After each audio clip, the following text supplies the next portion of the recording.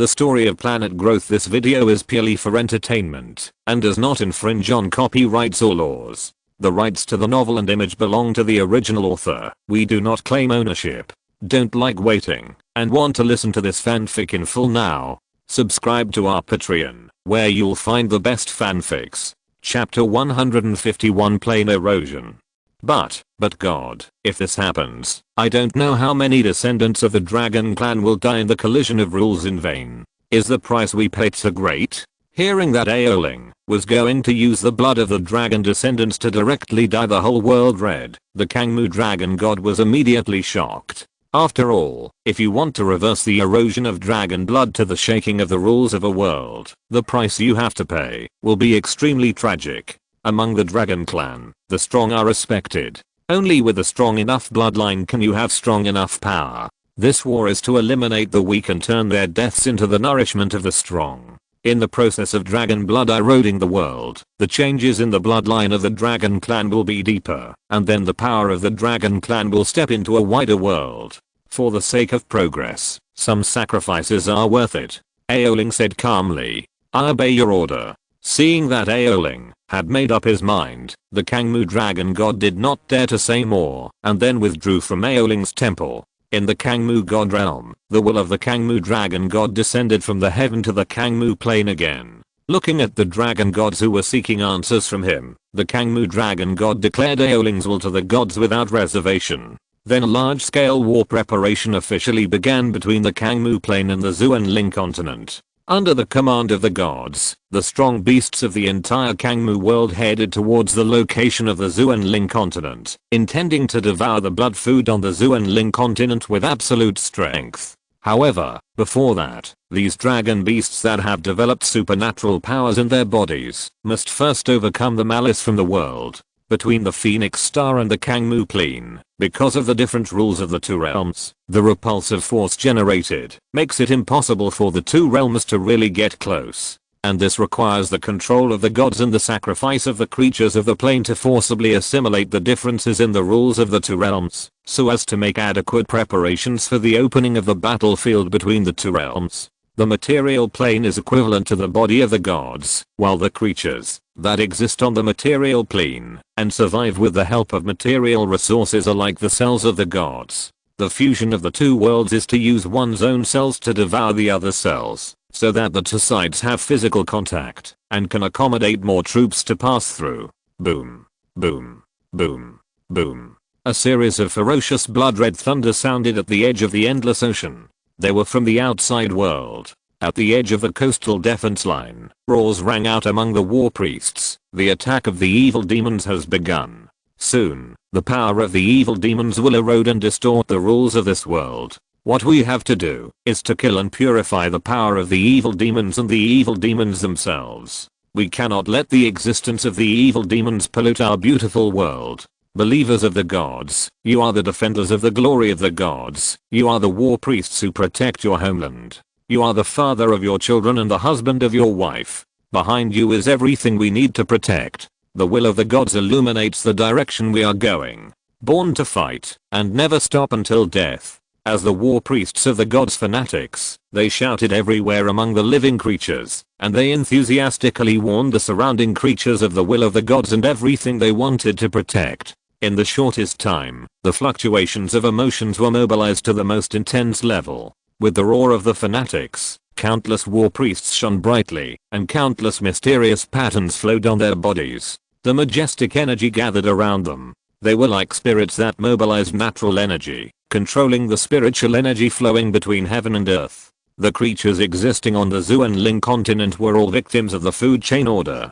So when facing the evil demons who wanted to bring them back to the food chain era, their hatred was like the backflow of the Milky Way, and they could not be stopped. As time passed, huge beasts began to appear faintly at the edge of the sea. However, these first batch of beasts were destined to face death.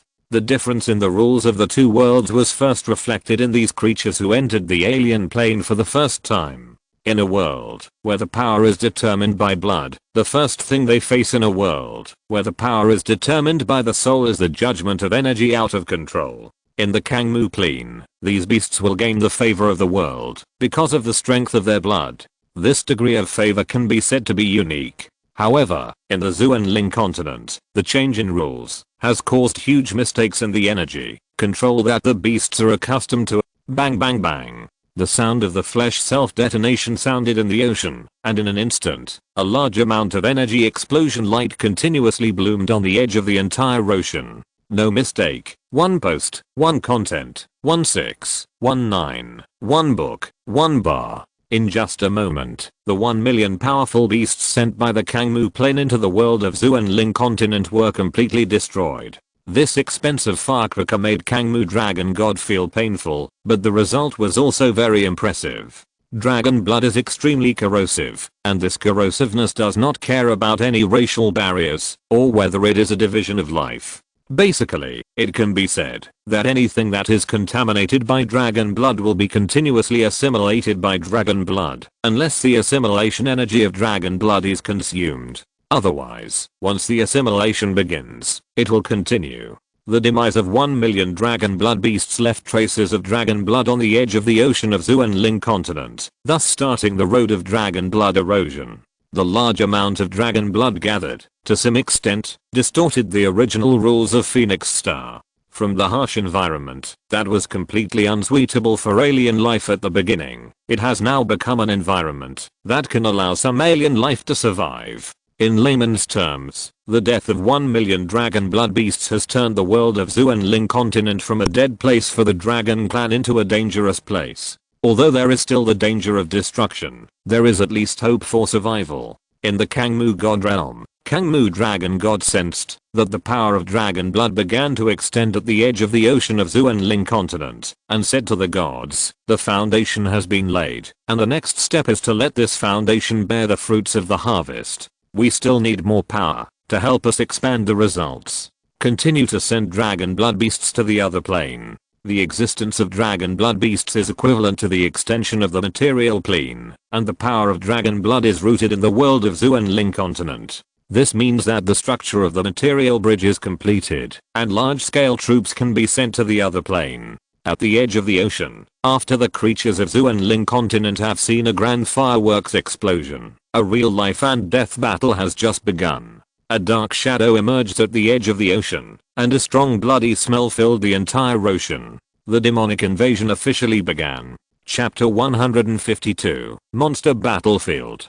At the edge of the ocean, countless hideous and terrifying cracks appeared in front of the creatures of Zuanling continent without any disguise. The collision of the rules of the two realms turned the crystal wall barrier that could have been easily passed into an area like a quagmire. This area needed to be filled with endless blood to have a slight possibility of passing. Driven by the gods, a large number of beasts with dragon blood in their bodies madly charged towards the world of Zuanling continent. Accompanied by the roars of beasts, it was the beasts' bodies that could not withstand the pressure from the world, which caused them to explode. Blood continued to flow at the edge of the ocean. The madness of the evil demons from the other planes far exceeded the imagination of the creatures of Zuanling continent. Even if their dead companions were crushed by the pressure of the world and exploded in front of them, they never stopped charging towards Zuanling continent. This extremely impactful madness was so terrifying and evil to the creatures of Zuanling continent. They treat their companions in this way. I can hardly imagine how our homeland will be ravaged when they really enter this world. We must not let them rush into this world. We will definitely win. A cheering roar sounded among the war priests, encouraging their companions who became depressed because of seeing the madness of the evil demons. Finally, as time passed quickly, a material plane connecting road forged with endless blood began to appear between the two worlds. With the help of this road paved with endless blood, more dragon blood beasts rushed into the world of Zuanling continent. When the rules of the world are no longer fierce, the power of dragon blood beasts really begins to show in front of the people of Zuanling continent. One by one, the huge dragon blood beasts, like hills, galloped violently on the top of the ocean. Countless waves were set off by the galloping of dragon blood beasts, and waves of shocking sea waves covered the sky and the sun. Dragon blood beasts are a general term for all powerful creatures with dragon blood in their bodies. They gather into an army because of the blood in their bodies, follow the will of the gods, and constantly erode many planes. Wars kill people, and the number of creatures that die in the invasion of planes is astronomical. Every creature is a cell of the gods, and every normal creature that can launch a plane invasion is a synonym for a powerful beast. Even the number of cells lost in the battles between mortals is hundreds of millions. Although the number lost in the plane erosion between gods is not as amazing as this number, it is not less. The huge beasts like hills are like fleeting light, crossing the ocean.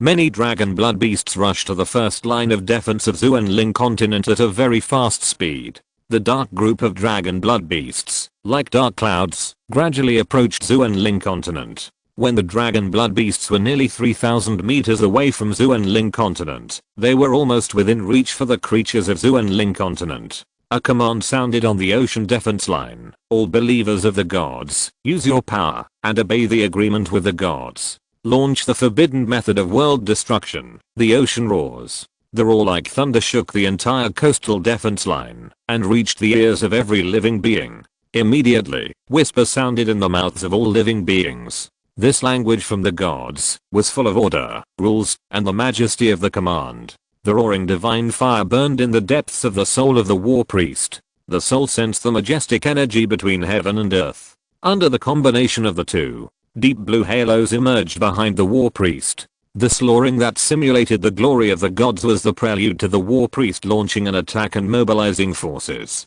The divine language formed by all living beings sounded between heaven and earth, like the order of the living beings in the divine world, commanding the endless energy in the mysterious world. Let these energies obey the will of the living beings, and launch a devastating blow to the alien beasts that invaded their homes. Under the command of the war priest, the magic rings behind them were brought to the extreme, and the combined guidance program was formed between the energy of heaven and earth and the war priest. With a uniform roar, an extremely huge vortex quickly formed in the ocean under the feet of the dragon blood beasts. The deep and dark deep sea vortex almost formed at the moment it was formed, and it generated an extremely strong pulling force. The powerful tearing ruthlessly tore apart any life that entered its domain, turning it into dead bones buried in the seabed. The many dragon blood beasts running on the ocean were restricted by the suppression of the rules of the world, so they could not obtain energy replenishment from the world on a large scale, and could only rely on the energy they carried to resist the attack from the war priests. The death of nearly 1 million dragon blood beasts in front only paved a way for the subsequent invasion, but this did not mean that the road would be safe and worry-free once it was built. The suppression from the world would constantly clear the influence of the rules of the other plane, thereby interrupting the plane erosion process of the Kangmu dragon god.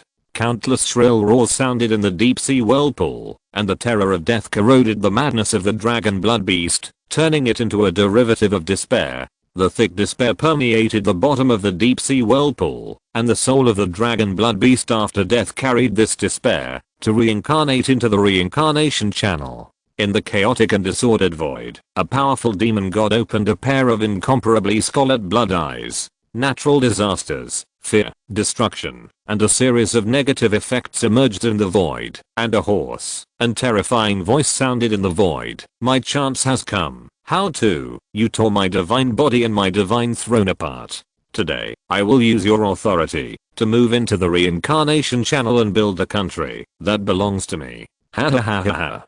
How to and EKUI were born with two sides of the same body. How to symbolizes eternal silence, and DKUI symbolizes the revival of despair. One makes the dead forget their past lives and return to reincarnation, so that they can pursue the meaning of their existence and the endless reincarnation. The other makes the dead remember everything, creates the power of despair with boundless terror, and makes the dead sink into the boundless sea of suffering. Deep in the void, the wriggling body of DKUI slowly moved, and under the attraction of the desperate soul, it moved towards the netherworld. In the material world, along with the death of the second batch of dragon blood beasts, the erosion from the Kangmu plane has increased to a higher level. The erosion of dragon blood is so overbearing that, whether you resist or not, it is accelerating the erosion of dragon blood. Looking at the second batch of destroyed dragon blood beasts, Kangmu dragon god showed a cruel smile at the corner of his mouth. When we dye the world red with blood, how can you not pay a heavy price? The rule of equivalent exchange is one of the fundamental rules for maintaining the fusion of planes. Chapter 153 War Sacrifice. The road that the dragon race paved with the death of a large number of dragon blood beasts at a huge cost is not so simple. In the other plane, every time a dragon blood beast dies, their blood will continue to erode and correct the rules of the other plane, thereby directing the deviation of the other plane to pull the dragon race. In this way, the awakens advantage is turned into a home advantage. If the creatures in the other plane want to prevent this from happening, they must offset the influence of the dragon race in the same way. However, not every kind of blood has the terrible erosion of the dragon race, so normally the erosion of dragon blood beasts will be unstoppable. As waves of dragon blood beasts died in the ocean, their blood eroded the rules of the world of Zuan continent. In the induction of war sacrifices, his control over the spiritual energy of heaven and earth is greatly reduced. In the past, one force could mobilize 10 energies, but now one force can only mobilize 9 energies. The missing energy is in the direction of the dragon blood beasts. In the Phoenix god realm, Zook, who controlled the power of all gods, to gain the strongest power, looked at the dragon blood beasts charging crazily, and the war priests who continuously released energy and created various destructive disasters. He knew that for the war priests, the real test had come. The dragon clan could spread blood around the world through death, constantly transforming the alien plane into their home field, and the Phoenix clan also had a way to offset or even reverse the erosion. Dragons are respected by blood, and phoenixes are king by soul. The method of the Phoenix god clan is the soul faith that has been ignited by the divine fire. A sufficiently fanatical soul can even distort the operation of the world's energy. With the help of the relationship between the soul and the power of heaven and earth, the advantages inside the world can be forcibly reversed, or even reversed. As long as the war priests can withstand the impact of the dragon blood beasts and their soul faith has not collapsed, then after the war priests die, the faith from the depths of the soul will erode the plane, and the transformation of the world's power will be limited to the hands of the gods on their side. This is a contest of wills. Whether matter defeats soul, or soul infects matter, all the results will be determined in this war. Boom. The violent energy explosion broke the dragon blood beasts that stepped onto the coast of Zuan continent into countless pieces, and scarlet blood splashed everywhere. Within the death range of the dragon blood beasts that were scattered irregularly, a drop of dragon blood just crossed the long space distance, and occupied the body of a war priest on the front line of the war. The hot blood was like boiling magma, devouring the body of the war priest, and the joy from the body was like an ocean, impacting the stability of the war priest's soul. While strengthening the war priest's body, it was also constantly shaking the war priest's fanatical belief in the gods. A tragic roar roared out from the war priest's army, and a war priest stained with dragon blood covered his arm in pain. There, the powerful power of dragon blood was constantly transforming and eroding the arms of the war priest. One by one, the hideous and twisted blood vessels broke through the fur barrier of the war priest, and were exposed to the air. The powerful and surging blood flow rushed towards the heart of the war priest. The stability of the soul and the madness of the body put the war priest in a test of will. Should he obey the call of the body, abandon the belief in the gods, and extinguish the divine fire of the soul? Or should he use the more fanatical divine fire of the soul to completely burn and evaporate the blood from the dragon blood beast? Life pursues evolution, and the body desires to be strong. The attraction from the dragon blood is like an abyss, wanting to devour the soul of the war priest and let it return to the way of dragon blood evolution. The vast and magnificent roar roared in the soul consciousness of the war priest. Why do you resist this power? Why don't you accept this power? This power is so powerful that it can let you have everything. Damn evil demon, don't think about bewitching my will. My soul belongs to the great gods. My will follows the direction of the gods, and I'm with the gods. The soul of the war priest roared fanatically, and firm belief was the only way for the war priest to fight against the erosion of dragon blood. While the war priest was arguing with the will of the dragon blood, the body of the war priest in the outside world had undergone tremendous changes. Countless hideous and twisted blood vessels were exposed to the air, and the pungent smell of blood filled the air between heaven and earth. Bang, bang, bang. Like a heart beating like a drum, it was beating in the center of the blood vessels. Every beat was a complete blood circulation of the whole body. No mistakes in one poem, one post, one content, one six, one book, one bar, one look. and every cycle was a strengthening of the body, and the speed of dragon blood erosion was deepened. Poor weaklings, your weak will really makes me feel sick. Entrust your soul to the kindness of the strong, and let your will dance with the will of the strong. You are just a group of puppets. What qualifications do you have to survive in this world? Since you can hand your soul to the hands of the gods, why can't you hand your body to my hands? The sacred and vast will sounded in the soul consciousness of all the war priests who were eroded by dragon blood, shaking the soul faith of the war priests.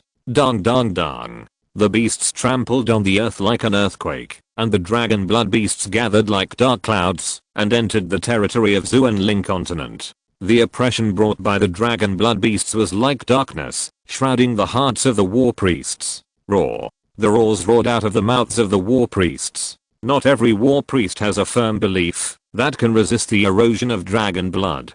Compared with the body that passively accepts the transformation of dragon blood, it is difficult to directly resist the erosion from dragon blood with only the firm belief of the soul, based on one's own will. After all, compared with passive acceptance, it is so difficult to actively resist. As the dragon blood beasts landed on Zuenling continent, the array of war priests retreated to the rear. When the dragon blood beasts died, the horrific scene created by the blood that was scattered was like an indescribable horror, impacting the soul belief of the war priests. Crazy and frantic roars roared out from the mouths of the war priests who were corroded. These war priests who were corroded by dragon blood joined the ranks of dragon blood beasts that were corroding the Zuenling continent. These war priests who were corroded by dragon blood did not lose their memories. They had all the memories from childhood to adulthood. However, these memories were distorted under the erosion of dragon blood. The same memory would produce different effects at different times. Chapter 154, Meteoric Disaster. The weak and the strong have completely different choices when facing the same thing. The strong can kill any creature that they don't like at any time, while the weak can only tolerate the existence of creatures that they don't like. When the strength of the flesh suddenly increases, the instinctive consciousness from the flesh will impact the self-consciousness of the creature, causing it to make a wrong judgment. At this time, there are only two results for the creature. Either the self overcomes the instinctive consciousness, or the instinctive consciousness overwhelms the self-consciousness. These war priests who have been eroded and mutated by dragon blood are the second situation. The sudden strength from the body allows the instinctive consciousness to overcome the existence of self-consciousness. And under the blood pressure of the high-level dragon blood beast, they are willing to be driven by the high-level dragon blood beast. So, in this situation of fighting and devouring all the way, the dragon blood beast tide broke into the interior of the Zuenling continent, and blood, destruction, killing, and death were all over the world. Wherever the dragon blood beasts passed, there was a scene of blood flowing like a river. This blood came from both war priests and dragon blood beasts. However, compared with the blood of dragon blood beasts, which was corrosive to the spleen, the blood of war priests was only used as a sample for blood activation. Time passed quickly, and 3 years passed in the blink of an eye. The powerful offensive of the dragon blood beasts defeated the army of war priests. Almost after the battle began, the war priests had no victory. Every day they lived in disarray, and disarray, until one day came. On this day, the dragon blood beast tide was still charging towards the interior of Zuenling continent as usual, rushing like a tsunami, and the beast tide as wild as a bull swept the whole world. With the gradual occupation of the dragon blood beasts in the alien plane area, the rules of the whole world are shifting towards the direction of the dragon blood beasts. At first, the world was just a rule that supported the soul fire to control the power, but now, this world has become an existence that can support two rules at the same time. Whether it is a powerful bloodline or a powerful soul, it will be followed by the power. The dragon blood beasts have also taken root in the alien plane from the initial ruthless resources. On the desolate and boundless plains, the war priests in dense arrays are neatly arranged on the plains of the earth. A series of magic rings are accumulated behind the war priests, and the powerful energy of heaven and earth gathers behind the war priests as the energy to support the war priests to release powerful attacks. The war priests looked at the dragon blood beasts approaching in the distance, and a trace of terror spread in their hearts. In the past years of war, they have not won a single victory. No matter how many times they fought desperately, the final result was only one, that is, failure. In the past, if they were defeated, they could flee to the rear, because they had an extremely long strategic depth. But now, they can no longer retreat, because behind them is the holy land of the gods. There are their beliefs, their homes, and everything they have. We have no way to retreat. Behind us is our homeland, where our fire and our hope for the future are. There is everything we protect. If we lose again this time, then our protection for so many years will be reduced to ruins. So, for our homeland, charge. As the roar sounded in the array of the war priests, all the living beings roared at the top of their lungs. Forbidden divine law, meteoric disaster. The result of forcibly controlling the power of the divine level with the body of mortal is terrifying. Scarlet tears flowed from the corners of the war priest's eyes. The result of forcibly urging the burning of the soul fire to gain stronger power was the extreme weakness of the body and soul. The war priests, whose bodies were not very strong, quickly became skinny under the crazy burning of the soul fire. The war priests, who looked like skeletons, kept uttering divine language commands that were enough to destroy the world. The commands belonging to the level of gods aroused the majestic energy between heaven and earth. The power of the gods, moving everything, commanding the heaven and earth. Countless material energies gathered in the clouds and the sky, and huge meteorites took shape under the cover of the clouds. When the dragon blood beasts arrived at the predetermined location, it would be the time for the meteorites to fall from the sky. Boom, boom, boom. The earth-shaking dragon blood beasts charged towards the war priests. Years of victories in battles have made all the dragon blood beasts understand one thing. That is, no matter how powerful the enemy's attack is, you just need to charge forward. As long as you get close to the extremely weak body of the war priest, you will win. No mistakes. One post, one content, one book, one forum. The fragile war priests can't resist any attack from the dragon blood beasts at all. Once they are close, the only two possible outcomes for the war priests are assimilation and crushing. The violent roar of the beast echoed between heaven and earth. The raging raw sound waves penetrated the barriers of space and shook the order of the air. As the first wave of attack of the dragon blood beast, it arrived at the location of the war priest. In an instant, the front row of the war priest array turned into ashes and perished under the attack of the dragon blood beast. But even at the last moment before death, the chanting of the war priest's divine language and law did not stop at all. As time went on, the distance between the war priest and the dragon blood beast continued to close, and the chanting of the war priest was like thunder and the whisper of the gods, echoing between heaven and earth. As the dragon blood beast arrived at the predetermined location, the clouds in the sky suddenly withdrew. Behind the white clouds were huge meteorites that blocked the sun's rays.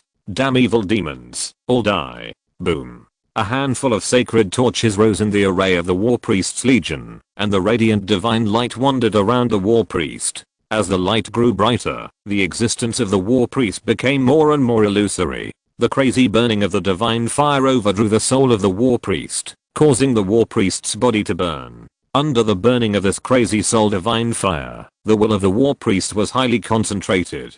At this moment, the power possessed by the war priest was unprecedentedly strong, and it could be said to be the only one under the gods. However, soon, more sacred torches appeared in the army of the war priest. In order to prevent the destruction of faith, the destruction of homes, and the darkness from covering the light, the meteorite that symbolizes the will of the gods, I beg you to come to this world and destroy all the evil in this world. Chapter 155, Faith Inspiration Area. A large number of war priests turned into torches that illuminated the world under the crazy burning of the soul fire. Their bodies were disappearing, but the deeds they left behind were inherited by future generations. After I die, my faith will become a wall to protect the world. My body will become the soil that breeds life, and my will forever protect my homeland, forever and ever. The roar of the soul screamed in the world. Under the oppression of terror and darkness, almost all war priests chose to burn their souls in order to obtain the powerful power to control the arrival of meteorites. The world's phenomena operated in accordance with the will of the gods. When the war priests commanded the power of heaven and earth with the power of the gods, The huge meteorites gathered in the sky will obey the call of the power of the gods, move their positions, cross the empty sky, and descend to the earth with the fire of destruction. Bring the purification of destruction to all living beings. The rumbling thunder sounded in the sky, and the meteorites fell to the ground at a high speed, as if the world was overturning. The surface of the meteorite rubbed against the energy that permeated the sky, thus blooming a sacred light of extinction. With the dazzling light flashing between heaven and earth, a huge mushroom cloud covering the entire plane tuck shape between heaven and earth. The roaring energy devoured all life on the earth, turning it into a funeral object for the energy explosion.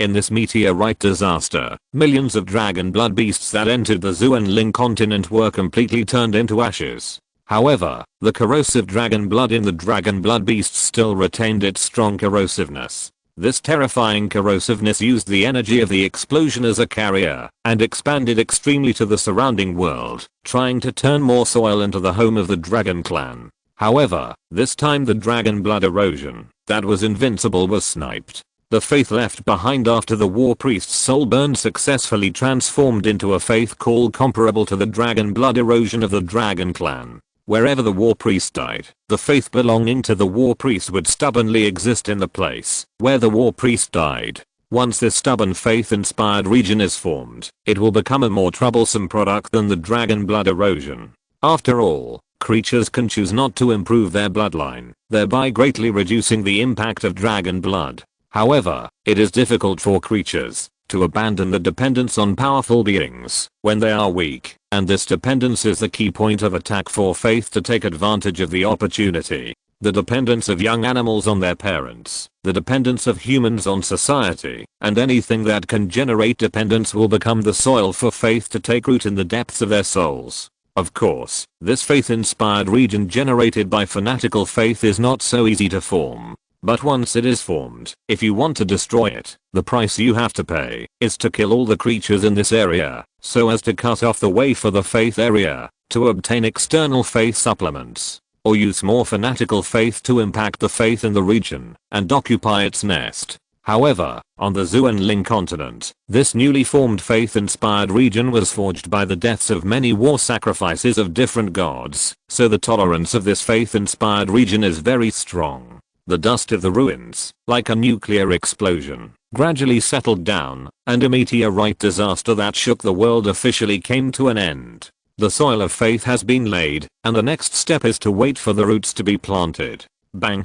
The Kangmu dragon god angrily smashed the handle on the throne, and the flying fragments fell to the earth, turning into a supreme opportunity waiting for the arrival of the destined person. You are so cruel. You actually have such courage. You are really worthy of being the great power of the ancient god. This time, I admit defeat. But soon, on the day when all the gods gather, I don't know what the gods will use to resist. The advantages that all living beings on the Zuenling continent have in the face of the offensive posture of the dragon blood beasts are extremely weak. If they only rely on these war sacrifices that exist with the help of the power of the gods, this war will be a failure without suspense. Therefore, only by taking risky measures can they turn their disadvantages around. Use countless failures to force the war sacrifices formed by all races on the Zuenling continent into a dead end, and let them fight a desperate battle under the attack of the dragon blood beasts. Countless failures have only led to ultimate destruction and the dawn after destruction.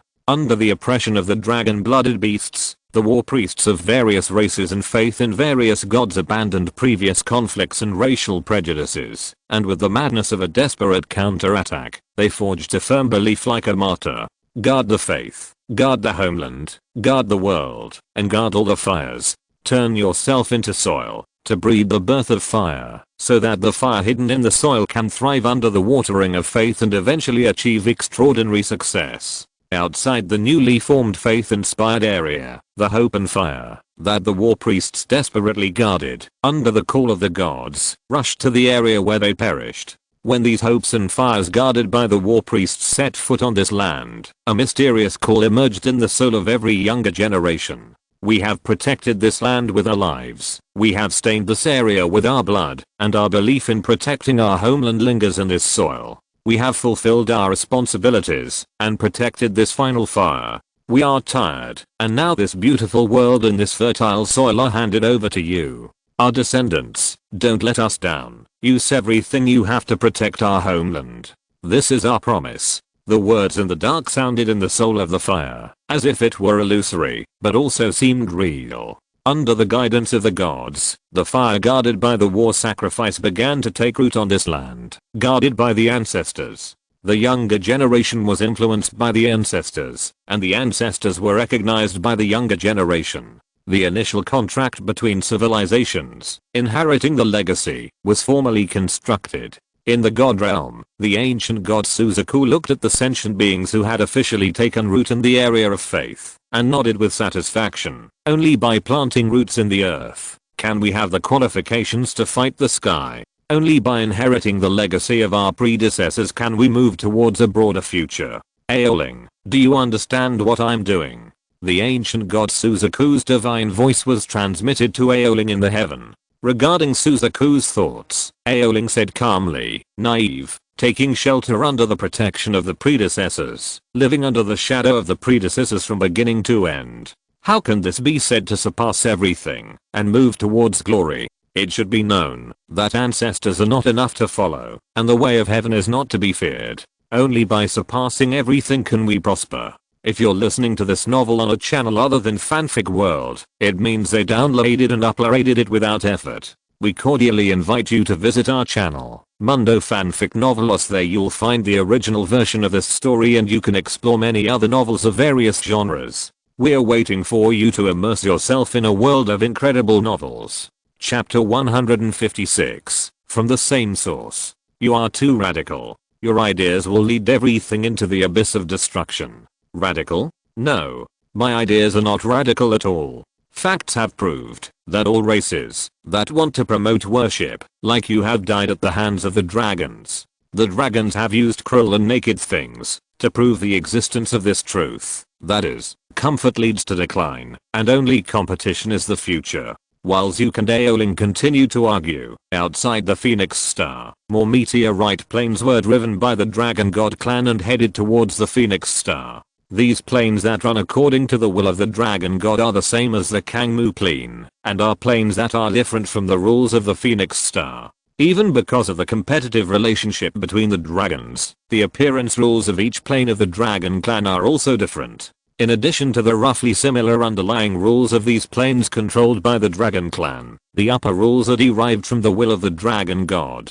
And this means that, if other meteorite planes want to enter the Phoenix Star, they will also have to pay the price of some blood to open the connection channel between the realms. Because of the worship of souls, the Phoenix was able to merge a large number of meteorite planes under the leadership of the ancient god Suzaku, thus creating the existence of Phoenix Star. However, due to the competition of bloodlines, it is difficult for the Dragon Clan to merge two different planes into one. After all, the real dragon will not succumb to the real dragon. Even those lower gods or middle gods that exist in the plane world, the relationship between them and the upper gods is also a cooperative relationship. If these gods under the upper gods have enough power, they will not hesitate to break away from the protection of the upper gods and exist independently. A large number of meteorite planes converged on the edge of Phoenix Star, and hideous and twisted cracks tore open in the marginal sea area of Phoenix Star. The power of the gods can save them a lot of time, so that they can open up a short-term realm of gods in the other plane with their own abilities. In this realm, those creatures that exist in accordance with the gods will be replenished with energy in the other plane, and supported by the rules of the world.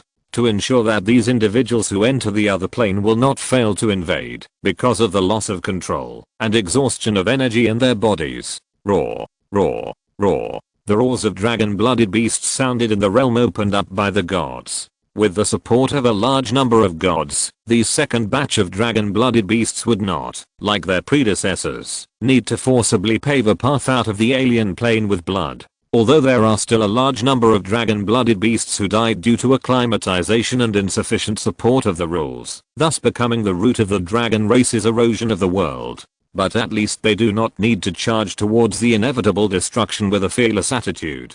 The gathering of a large number of dragon-blooded beasts and the gathering of gods behind them. The resulting vision of heaven and earth bloomed on the edge of Phoenix Star. This biggest internal struggle of the gods in history, with the arrival of many gods, finally kicked off. In the chaotic void, a large number of demons use the mirror world of Phoenix Star, a synonym for the small world of the void, that existed in the void to shuttle to this plane world, where the war of gods was about to begin. Some gods who were trying to take advantage of the situation also followed the gathering of many gods, and entered the Phoenix Star. Among them was the third-party god of the Proteus, the divine power of the killing Proteus. Among the Proteus, all the gods can be roughly divided into 3 camps. The blood camp represented by Aoling, the soul camp headed by Zeuk, and the will camp headed by Sui. Among them, Aoling's blood camp is the cornerstone of the existence of the other 2 gods. Basically, most of the gods in the soul camp and the will camp were transferred from the dragon clan. They either abandoned the glory of their blood and joined the soul camp, or joined the will camp for their ideals. In short, the 3 camps of the Proteus came from the same source, that is, the Dragon Clan, but because of their different philosophies, they had huge differences. With more and more powerful gods descending from the heavens and the myriad worlds to the Phoenix Star god realm, the dragon blood beasts under their command also rushed into the Zuenling continent and started a battle with the sentient beings on the Zuenling continent for the rules of the world, thereby influencing the confrontation at the level of the gods in disguise. The victory or defeat at the level of gods often takes a long time to be determined. This is because, as gods become more powerful, the weaknesses they possess become rarer. As gods control planes one by one, normal weaknesses can hardly affect the existence of gods. No mistakes, 1 sentence, 1 post, 1 content, 1 6, 1 9, 1 book, 1 bar. So if you want to speed up the speed of determining the victory or defeat, you can only promote the war between the creatures in the lower world, so that the victory or defeat of their confrontation will be one of the weights for the gods to win. The 2 camps confront each other. When the war of gods has not yet been determined, the battle of creatures from the lower world will become a key factor in the final direction of the war. With the blood of dragon blood beasts dyeing the earth red, and the continuous formation of the region of faith inspiration, the tendency of the world rules will continue to waver until one side gains the advantage, thus affecting the victory or defeat of the other battlefield. In the realm of gods, the battle between the Dragon God Clan and the Phoenix God Clan is fought at a very fast speed. Almost in an instant, a large number of gods were beaten into a wisp of smoke and dust, and then sent back to the heaven to read the resurrection. The roots of the gods exist in the heavens. Whether it is the Phoenix gods or the Dragon gods, their death is not the end, but only the end of a stage. As long as the energy they have is not exhausted, they can continue to revive. As long as their faith or blood in the Phoenix god realm is not cut off, they can come to this world again. In this kind of war that is purely a competition of foundation, the resources consumed are often astronomical. The resurrection of each god is the disappearance of a small world, but what is even more tragic is that with the reserves of the dragon and phoenix, it is almost foreseeable that this war will last for hundreds or thousands of years before the reserves of the 2 clans are consumed by half. So under this circumstance, when can the war in the lower world eliminate the influence of the other party, so that the other party cannot come to this world? This is the result of victory. The dragon permeates the earth with blood. All the creatures with powerful blood in the world are the coordinates of the dragon clan's arrival in the world. The phoenix rules the world with soul faith. Wherever there are living beings with soul faith, that is where the phoenix appears. Chapter 157 The Killing Clan's Intentions. Among the 3 camps of the gods, the Dragon Clan has the strongest presence. They are involved in almost every realm of the heavens and the myriad worlds. Because of the combination of power and dragon blood, almost every new world that is born will attract the arrival of the dragon god.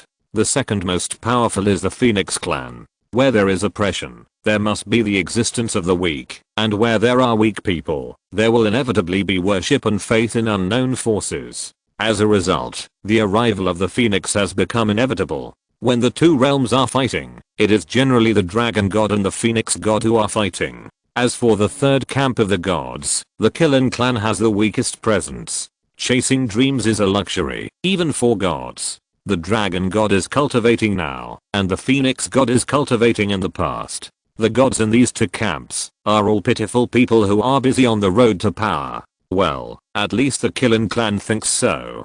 The differences between the three camps of the dragon, phoenix, and killing gods are almost impossible to mediate. But normally, the Killing clan, a group of gods who pursue their dreams, don't interfere much in the ruling power of the heavens and the myriad worlds. Therefore, whether it is Aoling of the Dragon clan or Zeuk of the Phoenix clan, they all subconsciously ignored the existence of the Killing clan. And from this, we can see how terrible it is to keep the old impression of others.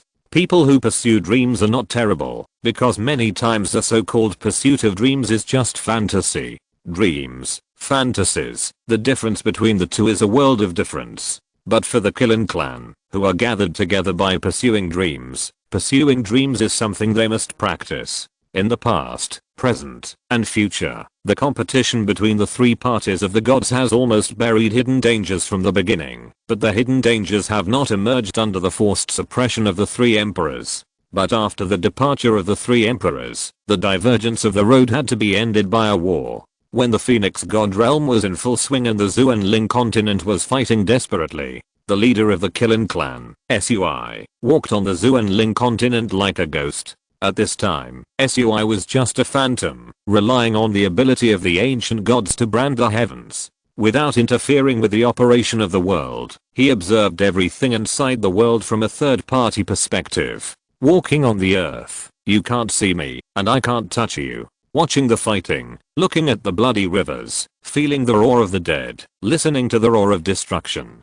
Then I couldn't help but want to ask, what happened to this world? The gods are high above, looking down on all living things. Under the will of the gods, all living things fight endlessly. It seems that you are protecting all living things, but you don't know that you are destroying the future of all living things. I want to change this world, but this world is already hopeless. Then I came to a dead dragon blood beast, watching it turned into an ice sculpture by the holy ice arrow of the war sacrifice, looking at your last desire for life in its eyes. Feel the explosion from the fire passing through the phantom of your own body, turning the ice sculpture of the dragon blood beast into ashes. The dust of the fire spread all around, and the existence of a living being officially died. Rest in peace. Your body may be dead, but your soul will be reincarnated into a new world. Then he walked along the way, watching the disappearance of life, and listening to the roar of unwillingness. While he was heartbroken, he was also collecting the blood of dragons and beasts scattered on the continent. In the underworld, two ancient gods appeared at this time.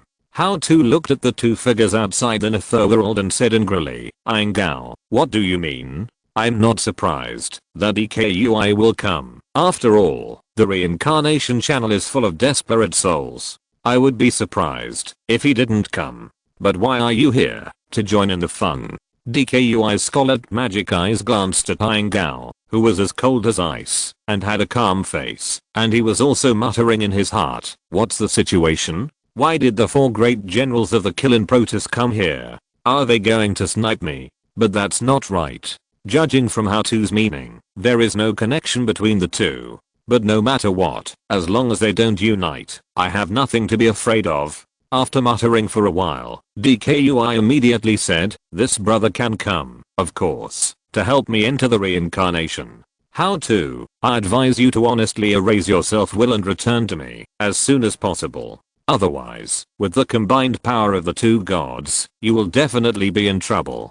Diki saw that How-To and Yingao had no connection, so he took advantage of Yingao's cold character. He wanted to make How-To misunderstand, so as to force Yingao to help him enter the reincarnation channel. In this way, he could collect desperate souls and build his own kingdom. Of course, if Yingao could seriously injure How-To, Diki would not mind at all, and would take How-To into his body again, to repair his torn throne. Yingao glanced at Diki, and the murderous intent in his eyes was like the dead winter, full of murderous intent. But as both ancient gods, how could Diki be afraid of him? So Diki also looked at Yingao. The void shook, the underworld was turbulent, and a war was about to begin. But Yingao turned his head decisively, and gave up this momentum confrontation. In the plan of the Killing God clan to create a new world, both How-To and DKUI have great uses. So it is better to avoid hostility if possible. This is the advice from the leader of the Killing God clan, SUI. The purpose of my visit this time is to ask How-To, the venerable god, to stop the reincarnation process. Close the reincarnation channel, so that the souls of all living beings cannot be reincarnated. When Iengao said this, not only was How-To surprised, but even DKUI looked at Iengao with a playful look. What exactly does the Killing God clan want to do? DKUI and How-To asked in unison. As to face gods born in one body, How-To still has this tacit understanding with DKUI. After the departure of the 3 emperors of the God clan, the differences between the gods became more and more huge, almost reaching the point of fighting. However, no one dared to shake the various rules established when the 3 emperors existed, and now Iengao wants to stop the reincarnation process. In the eyes of How-To and DKUI, this is an undisguised preparation to shake the legal system of the 3 emperors. It's just that the impression that the Kirin Protoss gave to the outside world in the past was just a useless Protoss that liked to daydream. Although they have strong strength, they are indifferent to governing the world. And now, Iengao, one of the 4 great generals of the Kirin Protoss, has come to the Netherworld in person, and as soon as he opened his mouth, he made such a shocking request to stop reincarnation. This made How-To and DKUI doubt the intentions of the Kirin Protoss.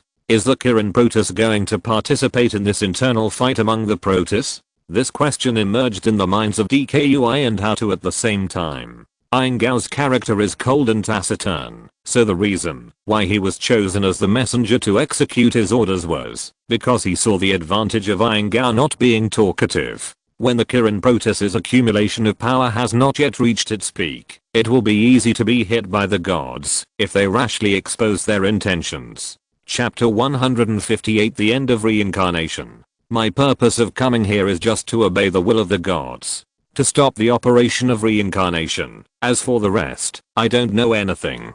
Iengao directly answered How-To and DKUI's questions. That is, he didn't know. Hearing Iengao's words, DKUI laughed and said, I don't care what your plan is. Since you want to stop the operation of reincarnation, then we are in the same position. You and I will cooperate. We will fight into the Netherworld together, and as for the Netherworld, it depends on our own ability. DKUI ignored How-To's increasingly ugly face and invited Iengao to break into the Netherworld together. The bright divine light rose behind Iengao, and the god ring of the heavens, which symbolized the power of the ancient gods, turned happily behind him. Every time the god ring of the heavens turned, the power from the world of the heavens would increase Iengao's strength by a level. On the basis of the original strength, Iengao's divine power rose steadily. You can enter the Netherworld, but you can't destroy the order of the Netherworld. Iengao's cold words echoed outside the Netherworld. Okay, my purpose is just to collect desperate souls. As for the rest, everything is up to you. The magic ring of the heavens rose behind DKUI, and the power of the ancient gods shook the entire void. Natural disasters, destruction, and the power of despair emerged in the void. How-To, I hope you can open the Netherworld barrier. Avoid unnecessary casualties. This is beneficial and harmless to you and me. Iengao was making the final persuasion. It was better not to fight if he could. I say, what do you think of the Netherworld? You can enter and leave as you like. Do you think this is your home? Since you want to come in so much, never go out. The deep and dark reincarnation vortex emerged behind How-To, and the slowly rotating vortex took How-To into it, leaving only Iengao and DKUI facing the reincarnation vortex. How-To's voice appeared in the vortex of reincarnation. Don't you want to enter the Netherworld? If you have the guts, then come in. I will send you directly into the reincarnation, and go to the reincarnation of the heavens and the myriad worlds. The reincarnation vortex attached to the Netherworld barrier opened a big hole in the Netherworld barrier, and behind this big hole was the reincarnation path leading to the heavens and the myriad worlds. From here, any living being will be able to reach any world at the fastest speed. DKUI and Iengao looked at each other, and then both stepped into the reincarnation vortex, and were then exiled into the reincarnation channel by How-To. The reincarnation channel can only enter, not exit. If you want to get out of the reincarnation channel, you can only follow the reincarnation path. In the original expansion system constructed by Lee Heo, the role of the reincarnation channel is to firmly imprint Lee Heo's mark on the souls of all living beings. Let them belong to the rule of the original system, thus providing a strong pillar for Lee Heo. Therefore, the power of reincarnation is not something that ordinary gods can peek at. Except for How-To, who guards the reincarnation channel. She can walk in the netherworld in the form of split spirit. Other gods either have all their memories shredded by the reincarnation channel, or are trapped in the reincarnation channel, and cannot be reborn forever. However, the purpose of Iangao and EKUI is to enter the reincarnation channel through the netherworld, and what How-To did saved a lot of effort. An ancient god can turn the netherworld upside down. Once the three ancient gods start a war in the netherworld, the entire netherworld may be directly shattered, penetrating the deep and strange reincarnation vortex. Iangao and EKUI came to the reincarnation place of all living beings. The souls from all the heavens and worlds have their memories erased by the reincarnation channel, cut into pieces, and then reincarnate. But these memories erased by reincarnation do not disappear directly. Instead, they are like clouds of fog, spreading over the reincarnation, forming a sea of memory. A violent vibration came from all directions of the well of gods and demons. The powerful might of the ancient gods was like the might of heaven, blocking all the surrounding areas, making the souls in the reincarnation feel the fear from the depths of their souls. The grey light quickly swept across the reincarnation river in the well of gods and demons, freezing all the souls that followed the river in place. The entire reincarnation river condensed into ice, and the vague shadows of souls emerged in the ice sculptures. The powerful power of the ancient gods stopped the operation of the entire reincarnation,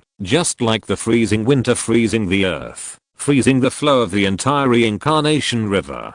Coming to the surface of the reincarnation river, Iangao walked barefoot on the frozen surface of the river, moving step by step towards the downstream of the river. No mistakes in one song, one post, one content, 1619, one book, one bar, one look. Not long after, Iangao arrived at his target location, the other side of the world. This is the final destination of all souls' reincarnation. Only by reaching the other side of the world can it be considered the last step of reincarnation. Souls that have been eroded to their original state by the reincarnation channel will be randomly transferred to the heavens and myriad worlds through the effect of the other shore. When you come to the edge of the other shore, you are only one step away from the other shore. As long as you cross the other shore, Iangao can reach every corner of the heavens and myriad worlds, but this one step is a world of difference. At this time, Iangao's divine body is extremely heavy, and the pressure from reincarnation is increasing as the time of reincarnation ends. The consequence of blocking the reincarnation of the creatures of the myriad worlds with one's own strength is that even with the power of the ancient gods, it cannot move a bit. On this road to the other shore, all of Iangao's divine power has been consumed. Now Iangao is a dead object that nothing can interfere with except his will. When I stand on the other shore, no existence can pass my obstruction and step into the other shore. The will of the ancient gods supports Iangao's last belief and prevents the beginning of the reincarnation of all souls. The operation of reincarnation is related to the continuation of the lives of the heavens and the worlds. Every moment, reincarnation is devouring souls from the heavens and the worlds. After these souls that have passed through reincarnation have spent their lives in the heavens and the worlds, they will return to reincarnation again. In this process of going in and out, the soul energy possessed by Li Hao will be greatly improved, and the prosperity of the heavens and the worlds will also increase a lot. But now, reincarnation has ended, just like the blood in the human body is no longer circulating, and the life in the entire original star system is disappearing rapidly at a speed visible to the naked eye. When the old life is on the verge of extinction, when the new life is no longer born, everything is disappearing rapidly with the passage of time. At the moment when reincarnation ended, Li Hao's consciousness was like a high-speed quantum computer. From the energy operation process of the entire original star system, the purpose of the killing Proteus was forcibly deduced. Opening his eyes, Li Hao said in surprise, "What an amazing plan." Chapter 159, Devil's Hell. Kara Kara. The sound of bones breaking and reorganizing sounded in the frozen reincarnation. The strong pressure from the reincarnation of all souls continued to oppress Iangao's body that was on the verge of breaking. A series of hideous blood-red cracks appeared on the surface of Iangao's body. In his pupils, which had turned grey, there were dense cracks. On the surface, it seemed that Iangao's body would completely collapse in the next moment. Thus, it would be annihilated in the endless reincarnation, and finally wait for the resurrection after 10,000 generations. However, a strong will from Iyengar postponed the time of this destruction infinitely. You are obviously on the verge of destruction. Why do you still insist on it? What are you insisting on? Stopping the reincarnation of all souls is so important to you. Even let you willingly die.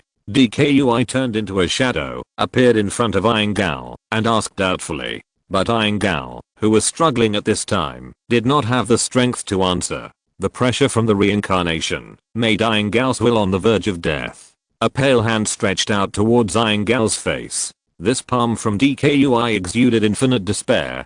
Despair comes from powerlessness, and powerlessness comes from weakness. Watching the tragedy happen in front of him, hatred arises spontaneously. Hate yourself for being powerless, hate the sky for being blind, and hate all the living beings in the world. Sinking into the sea of despair, let the boundless hatred dominate your will, and sound the horn of destruction towards everything. The strong despair derived infinite hatred, and DKUI tried to interfere with the tenacious will from Iyengar. He felt that, as long as he could erase Iyengar's tenacious will, he would be able to reach a higher realm. However, when DKUI's palm was less than an inch away from Iyengar's face, a huge shadow emerged in DKUI's heart. Like the gaze of the abyss, it fiercely watched Dicky's movements. The movement of the extended palm seemed to be blocked, and stopped an inch in front of Iyengar's face, and could no longer move forward. There was no obstacle in front of him, but there was an obstacle in Dicky's heart. He retracted his palm, and the power of despair around Dicky surged up, like a gushing groundwater, quickly submerging Dicky's whole body. Is this the feeling of despair? I have been spreading despair, but I have never experienced the feeling of despair. However, just now, I deeply experienced the true meaning of despair. Fear, powerlessness, despair, and hatred. Facing the fear of the unknown derives one's own powerlessness, and powerlessness leads to despair. And all of this comes from weakness. Only hatred is the best way to relieve despair. My future path is clear. DKUI looked at Iyengar standing on the other side again, and said with a wicked smile, "Thank you for your help, which has made my future clear. Then in return, I will help you relieve the pressure." With a turn, DKUI disappeared in front of Iyengar, appeared above the sky of reincarnation, and went straight into the sea of memory that permeated the sky. Then he opened his heart, and absorbed the desperate memories from all the heavens and worlds. Tragedy, powerlessness, fear and all other memories related to weakness penetrated into DKUI's soul, and became the cornerstone of DKUI's derived hell of despair. The vast ocean of memory washed over Dicky's will, trying to assimilate Dicky into the endless despair. However, as the disseminator of despair, Dicky accepted all the memories of despair, and absorbed them all. In the endless gathering of memories, a huge illusory world took Dicky as its foundation, and extended infinitely to the outside world. Soon, a world full of despair and fear took shape above the reincarnation. He transformed himself into the land of despair, his soul into the source of fear, and his will into guiding the derivation of hatred. In the hell of despair, Dicky transformed into the vast heavenly way, and existed in the hell of despair. A huge voice rang out in the world, like a candlelight, attracting the souls in the river. Souls living in fear and despair, I will give you the power of hatred. You will use this power to destroy everything. Thus, you will give your own despair and fear to all living beings. Dicky's words were like a devil who was persuading people to follow him in the river of reincarnation. A large number of souls were attracted by the voice of DKUI, and thus had the idea of trying it out. After the end of the cycle of reincarnation, the annihilation from the cycle of reincarnation finally stopped, and the pain of being cut into pieces also came to a temporary end. But no one knows whether the annihilation of the cycle of reincarnation will start again. Not every soul is a soul tormented by despair and fear, and not every soul exists under the cover of glory. No mistakes in one song, one post, one content, 1619, one book, one bar. The hell of despair attracts those souls living in the dark side, and rejects those souls living in the light. The initial hell of despair is high in the sky, and normal souls cannot reach it, because they do not hate enough. Only those souls in the darkest corners of the world are suitable for the hell of despair, because only they face the heaviest despair. because powerlessness produces despair, because despair derives hatred, and hatred gives the soul the power to climb upward. Countless souls exuding strong despair flew towards the sky under the will of hatred, like hundreds of rivers flowing into the sea, and merged into the hell of despair. When the dawn of being able to get rid of despair appeared in front of them, the desperate souls would rush towards the dawn without hesitation. As for whether this dawn was a fire that burned themselves, or a light that illuminated themselves, they had no time to distinguish, because they had no choice. A large number of souls flew to the hell of despair, building their bodies with despair, their souls with fear, and their wills with hatred. In the end, the evil ghosts were born. The memory of fear produced a desperate body, and the desperate body gave birth to a hateful will, and the hateful will spread the cycle of fear. The endless and endless cycle of evil ghost hell was built in the hands of DKUI. To get rid of despair, you have to hate everything. Hatred produces fear, and fear creates despair. Use the fear of other creatures to alleviate your own despair. Build your own happiness on the pain of others. This is the foundation of the hell of evil ghosts. As the first desperate soul entered the hell of demons, an endless cycle began. Fear gave rise to despair, despair gave rise to hatred, and hatred spread fear. In this endless cycle, the hell of demons became heavier and heavier. As time went by, the hell of demons was gradually approaching the river of Samsara. Fear descended upon the world, despair gave rise to hell, and hatred gained transcendence. Souls who want to escape the torment of hell, hate as much as you can, because hatred is the only power to transcend to the other side. Hehehe. Chapter 160's Our Shine Acupoints. The heavy hell of evil spirits, under the pressure of thousands of souls that have turned into evil spirits, slowly sinks towards the direction of the river of reincarnation. The more evil spirits there are in the hell of evil spirits, the stronger it is. Similarly, it is also the time when despair in the world is at its peak, expanding, extending, and sinking. The closer the hell of evil spirits is to the river of reincarnation, the more desperate souls there are. When hell arrives in front of you, don't be afraid, don't be sad. As long as there is hatred in your heart, hell will give you strength. This power will push you to keep moving forward until you turn everything into evil spirit purgatory. One person transcends, and all beings sink. This is the way of evil spirits. Under the heat of hell, the frozen river water turns into a boiling purgatory, burning the existence of all souls. The beings that have turned into evil spirits simply come to the river of reincarnation, and the despair that comes from their bodies spreads along the direction of the river to the entire river of reincarnation. Endless souls flowed into the hell of evil ghosts, increasing the heaviness of the hell of evil ghosts, causing it to sink to the lowest part of the river. Hatred is the source of power and the culprit of sinking. In the cycle of reincarnation, the birth of the hell of evil ghosts and the end of reincarnation will not affect the war in the heavens and the myriad worlds for the time being. After all, the heavens and the myriad worlds are too big. If you don't keep an eye on the changes in the heavens and the myriad worlds, it is difficult to see the consequences of the end of reincarnation in the general direction. In the void of the universe, in a certain material plane, SUI and other gods in the Killing God clan, carrying the blood samples they collected from the Phoenix God Star, returned to the Killing plane. In the Killing plane, all the existing gods of the Killing God clan gathered here, waiting for SUI's instructions. At this time, SUI stood on the ground of the Killing plane, holding a black baton in his hand. As he waved his fingers, the baton was accurately placed on a humanoid individual next to him. Then he inserted his baton into a certain position of the humanoid individual, and then said to the Killing God clan surrounding him, "According to our years of preparation, our plan has finally completed the first part. The sample of the new world race is constructed. Now please look here." Then he signaled the gods to shift their attention in the direction of his finger. When the god's eyes were focused on the humanoid individual, he excitedly said, "We all gathered together because of our dreams, thus forming the existence of the Killing God clan. The other two major god clans regard our existence as a shame for the god clan. But only we ourselves understand that these god clans who laugh at us are the real shame of the god clan. They used violence and power to build their own thrones. In name, they are the maintainers of order and the leaders of civilization. But in fact, they are the culprits who suppress all futures. Their interference in the world is too frequent. If the development of the world deviates slightly from their wishes, they will personally intervene and turn everything back to the regular channels they believe in. In this way, it is conceivable the so-called prosperity is just the beginning of decay and degeneration. This world belongs to them, not to us. There is no room for us in this world, and our dreams have no value in this world. When noble blood naturally occupies the upper class, and when gods are immortal, this world is already hopeless. Therefore, we need to create a new world. A world that can accommodate our dreams. A world that can make all seeds blossom and bear fruit.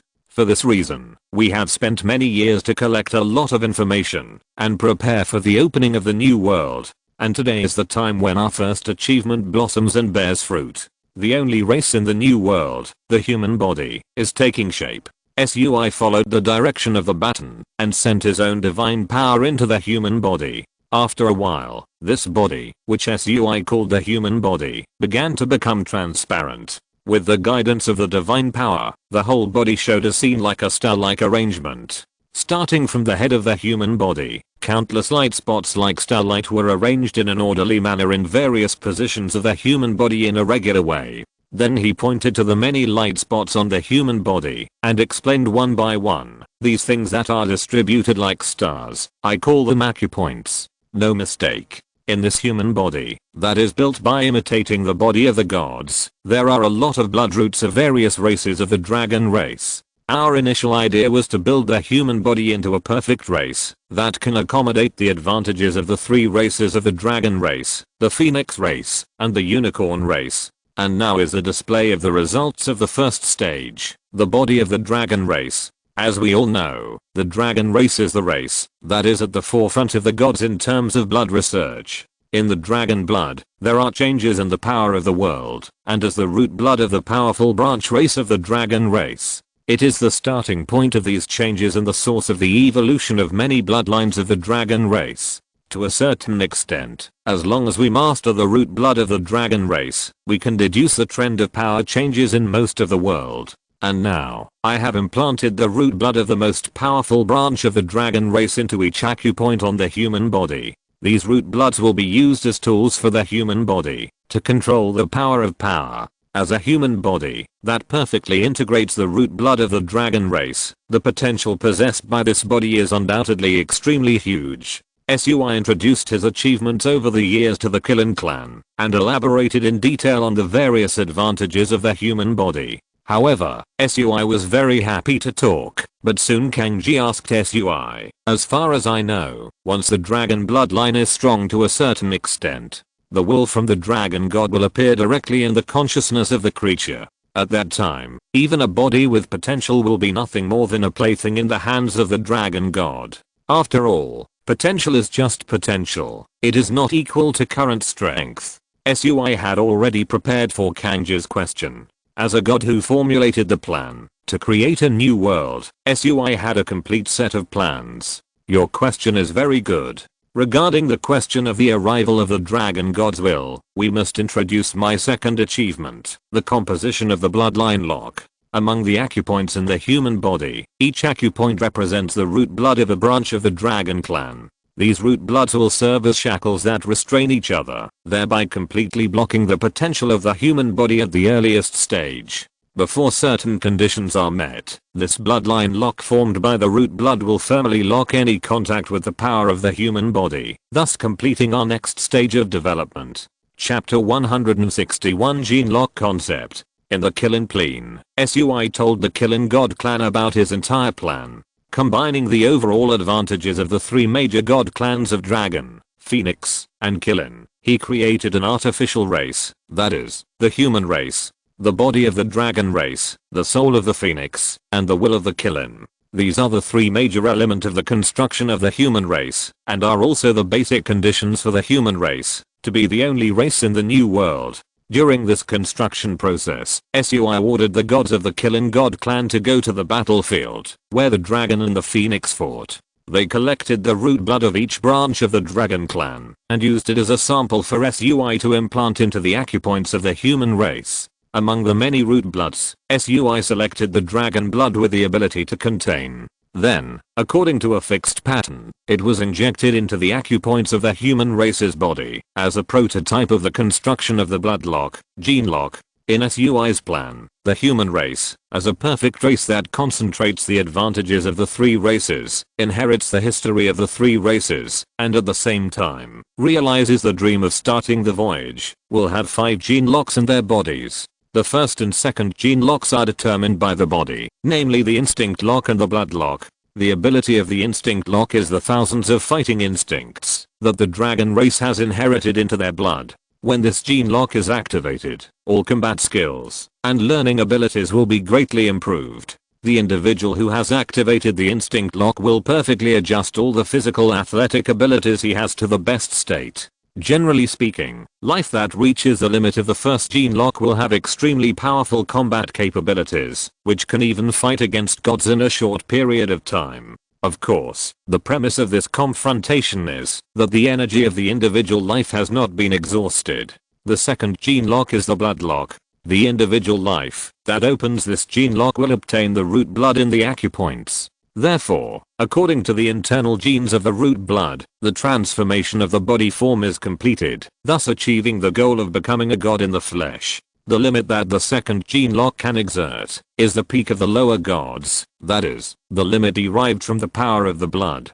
Generally speaking, those dragon gods who become gods following the root blood are at this level. As long as they have not gotten rid of the influence of the blood of the origin, they will not be able to reach the level of the middle level gods. The key to the first 2 gene locks lies in the human body. Before the third gene lock is opened, if you abandon your human body, you will automatically lose the ability to open the third gene lock. This is not a curse from SUI. SUI is not that idle. The reason why abandoning the human body is equivalent to losing the ability to open the last 3 gene locks is that the connection between the 5 gene locks is interlocking. Once any link is missing, the consequences are unimaginable. The first 2 gene locks are about the body, while the third and fourth gene locks are about the soul. These 2 gene locks are the mind lock and the heart lock. If the instinct lock and blood lock are the genes of the body, then the mind lock and the heart lock are the genes of the soul. When the third gene lock and the mind lock are opened, the powerful mind will instantly scan your body. Thus, according to the condition of your body, a complete copy of the information is reproduced in your mind consciousness. This is used as a backup for rebuilding the body after the death of the physical body. The human body contains great wealth, which is related to the changes in the laws of power in various worlds. Completely mastering one's own body is equivalent to constantly paralleling the laws in various worlds. In this way, when arriving from one world to another, one only needs to adjust the root blood structure in the body to perfectly transform into an indigenous creature in a world. This can be said to be a good equipment for home travel and killing. It can be hidden in a strange world anytime and anywhere, so that the enemy cannot find its location. The opening of the third gene lock requires a lot of knowledge summary, and no knowledge can be more important than the history of the changes in the power of the world. The fourth gene lock, the mind lock.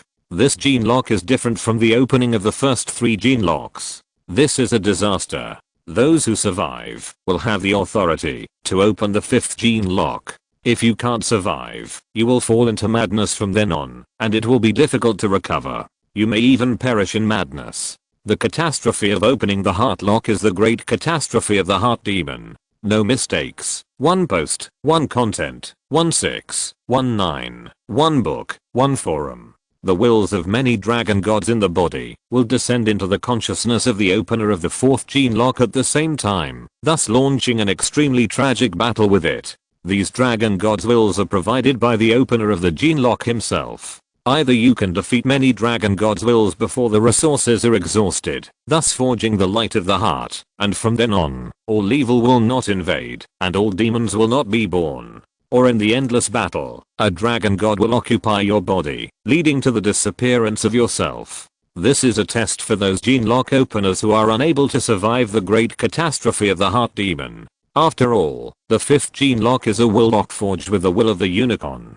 Without a firm will, and a unique self in all realms, how can you talk about realizing your dream? The 5 gene locks are linked together, but the ultimate goal is to cultivate a great creature who can firmly realize his own will. The opening condition of the first gene lock is the high concentration of the soul, which requires the help of the phoenix fire. The opening condition of the third gene lock is the great enrichment of knowledge, which requires the accumulation of the power bloodline from the dragon clan. The opening condition of the fifth gene lock is the leap of self-will, which requires the progressive progress of the first 4 gene locks. Without that link, the final result will be a failure. Instinct opening, gene tracing back, thinking simulation, light of the soul, infinite future. This is a specific summary of the 5 gene locks, and it is also a process that creatures pursuing dreams must go through. With SUI's narration, a relatively complete gene advancement program was simulated and reproduced in the soul of the Killing God clan. From the initial opening of the first order gene lock, the fighting instinct was generated. To the final opening of the 5th order gene lock, the infinite future possessed was clearly presented in the soul of the Killing God clan. Of course, according to the different realms of the gods, the specific situations that can be deduced by the gods of each level are also different. The first order gene lock corresponds to the lower gods, the second order gene lock corresponds to the lower gods, the third order gene lock corresponds to the middle gods, the fourth order gene lock corresponds to the upper gods, and the fifth order gene lock corresponds to the ancient gods. Of course, the ancient gods are not the end of the human race, but a beginning. Chapter 162 Infinite Future. SUI introduced his plans and future ideas in front of the gods, as if he had the future under his control. Although Kanji could understand SUI's madness, he still had to pour a basin of cold water on SUI to cool his brain. When the dragon and the phoenix ruled the heavens and the worlds, it seemed that all living creatures had their own infinite future.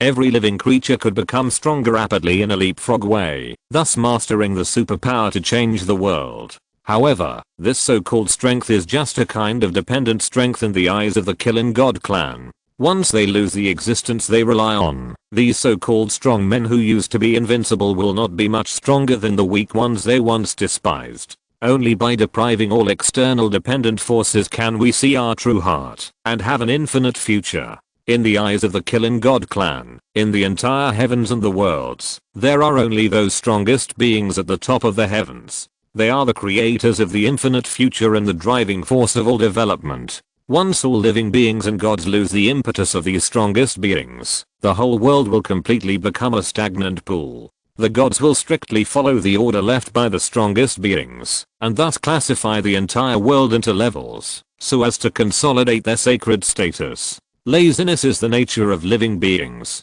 There is no self-will to promote it, and no external factors to force it. Clothes come to your hand, food comes to your mouth. This is the ultimate goal of all living beings. Of course, the world now is full of vitality under the impetus of the strongest. Although the number of living beings who die every day can fill a middle 1,000 worlds, this world is indeed constantly changing. The existence of the strongest is like a whirlpool, stirring up the calm ocean and attracting endless vitality. But even the strongest will get tired when the world is driven by only themselves. When all living beings are submissive and dare not violate the will of the strongest, fatigue will drag down the will of the strongest and make him feel invincible and lonely. And invincibility itself is a disease that cannot be cured. Of course, this is the view of the Kirin Protoss on the current world. For the other 2 tribes, the Kirin Protoss's idea is purely out of control. Depriving oneself of what one already has to rely on, and fighting the enemy with bare hands. What kind of brain-dead guy would have this idea? The Dragon clan believes in suppressing everything with fists, the Phoenix clan believes in changing the world with knowledge, and the Kirin clan believes in dominating the world with will. There is no conclusion yet on who is right and who is wrong among the 3, but the races under the mainstream order either follow the Dragon clan or believe in the Phoenix clan. After all, compared to the illusory future, digging wealth from the past and grasping the present as much as possible are the most important things. As for the future, without the past and the present, there is no future. And this is why the Kirin Protoss has not been well known in the heavens and the worlds. Without a clear way to gain power, what can you use to make the creatures of the heavens follow your will? The Dragon clan is respected by blood, and the Phoenix clan is king by soul. Both tribes have clear ways to improve their strength. As long as you follow the steps, sooner or later you will reach the day of the strongest existence. As one of the three great divine tribes along with the dragon and the phoenix, the Killin tribe does not have such an advanced system that can attract the attention of all living beings. Although the three emperors are equally powerful, in theory, the gods below them should also have the same competitiveness. However, the reality is that the ancestors of the other two tribes have already built the ladder to heaven. As long as the creatures on the earth crawl along the ladder to heaven, sooner or later they will ascend to the sky and look down on all living beings. But the situation of the Killin tribe is that the human emperor Lin Shan is high in the sky, standing there quietly, smiling at the creatures on the earth, kind. But there is no ladder to heaven, just like Lin Shan once saved the people and gave them hope. My existence is to tell you that hope does exist, but whether you are willing to come or not is your business. I will not force it. If you are willing to bow your head in the darkness, then bow your head in the darkness. If you are willing to move towards hope, then move towards hope. My role is only to tell you that hope has never been extinguished, not to help you reach the other side. The only one who can save yourself is yourself. Therefore, after the disappearance of the three emperors, the Killin clan, which was once on par with the dragon and the phoenix, has been preparing to build the ladder to heaven. The starting point is under our feet, and the end point is at the end of darkness. The darkness in the middle is the difficulty we have to overcome. SYNOPSIS in the center of the gods like a speaker, conveying his will to the gods. No mistake, one post, one content, one book, one forum. And just when SYNOPSIS paused for a while, waiting for the gods to understand his words, Kangji said, "God, your plan seems perfect to you.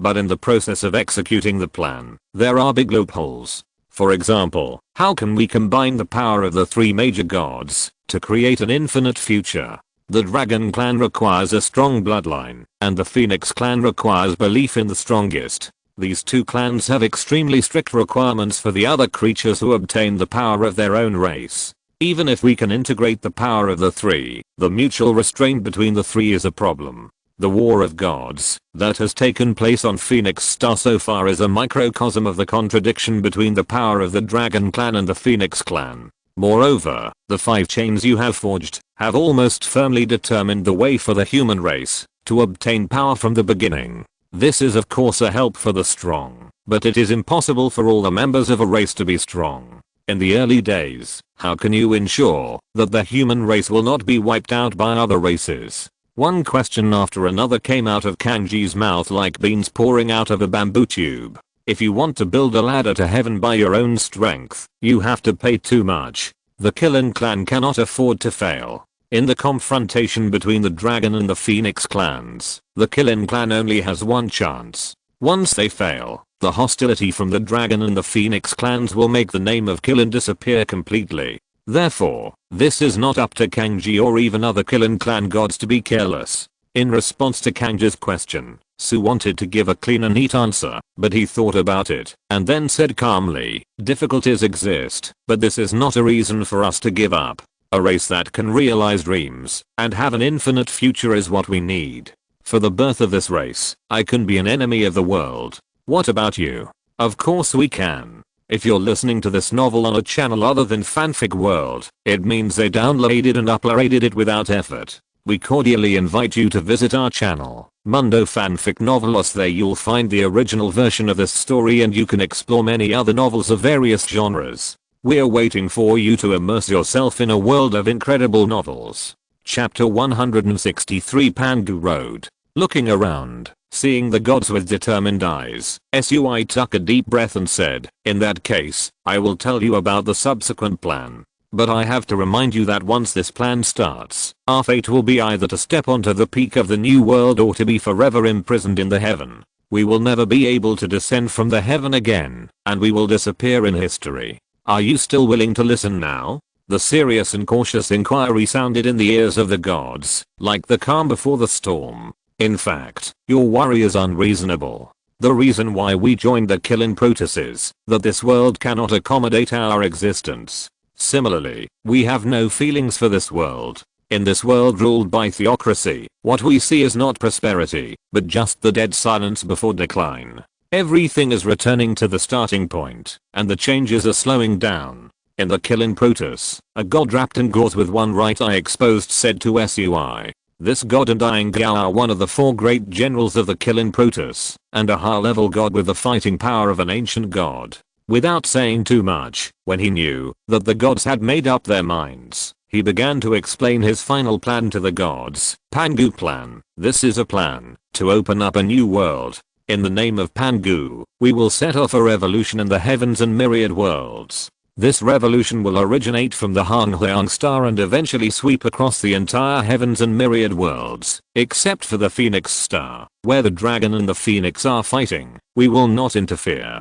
For all the other planes, the gods that exist in them, we will let them return to the heavens, and will not be able to descend in a short period of time. All the mortals in the planes and even the entire world will fall, and then become sacrifices for the birth of the new world race. When the dominant race of the entire heavens and myriad worlds is replaced by us, then both the dragon race and the phoenix will have to take the human race as the cornerstone to expand their future situation. In this way, we will have the first-hand advantage, thereby rooting the infinite future into the destiny of the human race. And then through the influence of the material world on Takesu, the existing pattern of the gods will be changed. As SUI spoke, the gods' brows kept twitching. This plan was too crazy. Once it was implemented, they would be enemies with the entire god clan. At that time, the killing god clan would be cut off from the god clan. If the plan succeeded, it would be fine. If it failed, it would be doomed.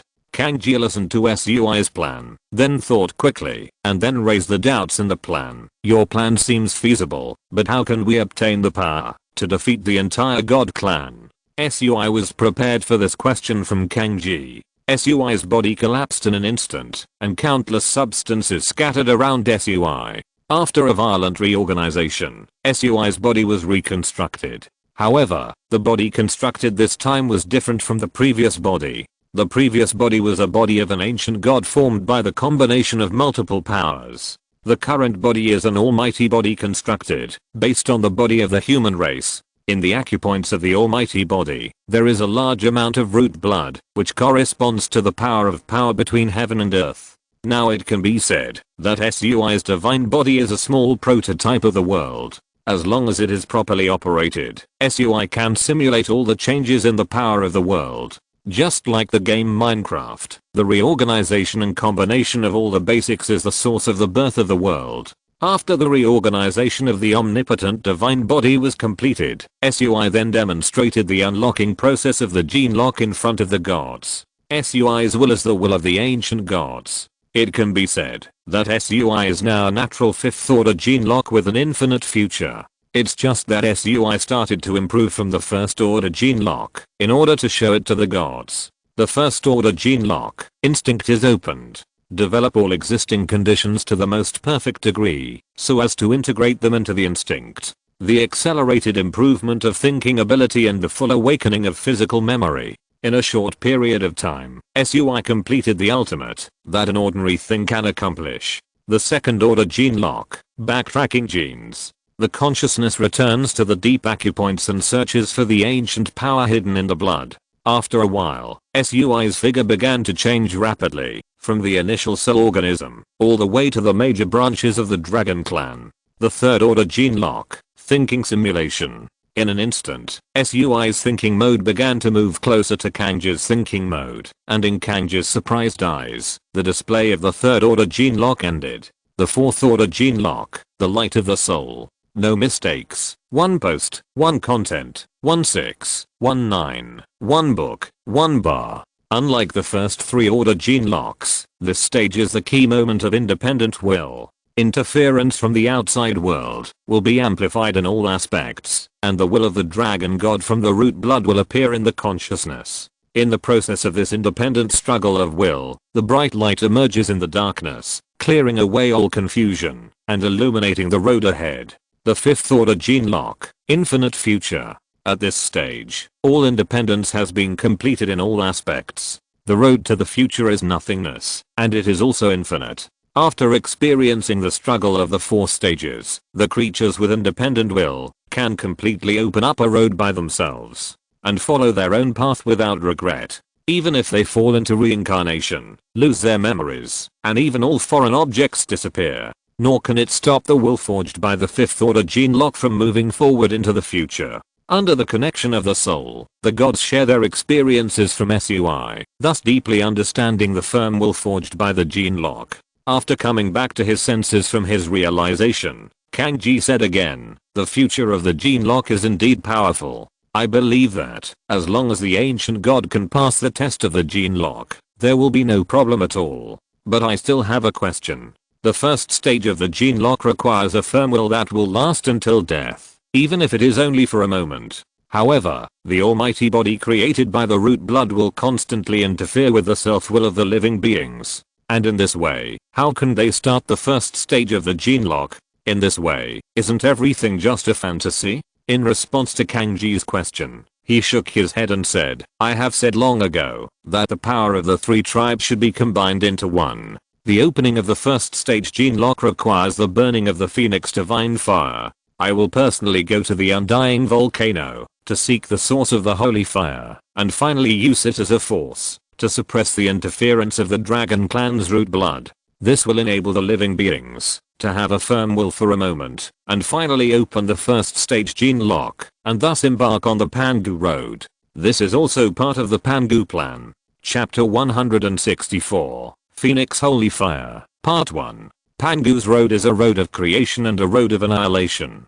Create a new world, destroy the old world, and create your own infinite future in the endless cycle of reincarnation. Even if you lose all your power and your memory, as long as I'm here, this world will be full of infinite excitement. Pangu's will is not shaken by external things. As long as you want, everything is possible. This is the road of the Kilin clan, and it is also the road of the future. It is also the road of all living beings, but before this road is paved, sacrifice is inevitable. Whether it is you or me, there will be a day of demise. But I'm willing to use everything I have to complete this road. Pangu's road does not seek past glory, nor does it seek immortality now, but only an infinite future. SUI introduced everything about Pangu's road to the gods. In SUI's words, the gods understood SUI's faith. A boiling fire burned in his heart, which was a firm belief that he had never had when he was a god.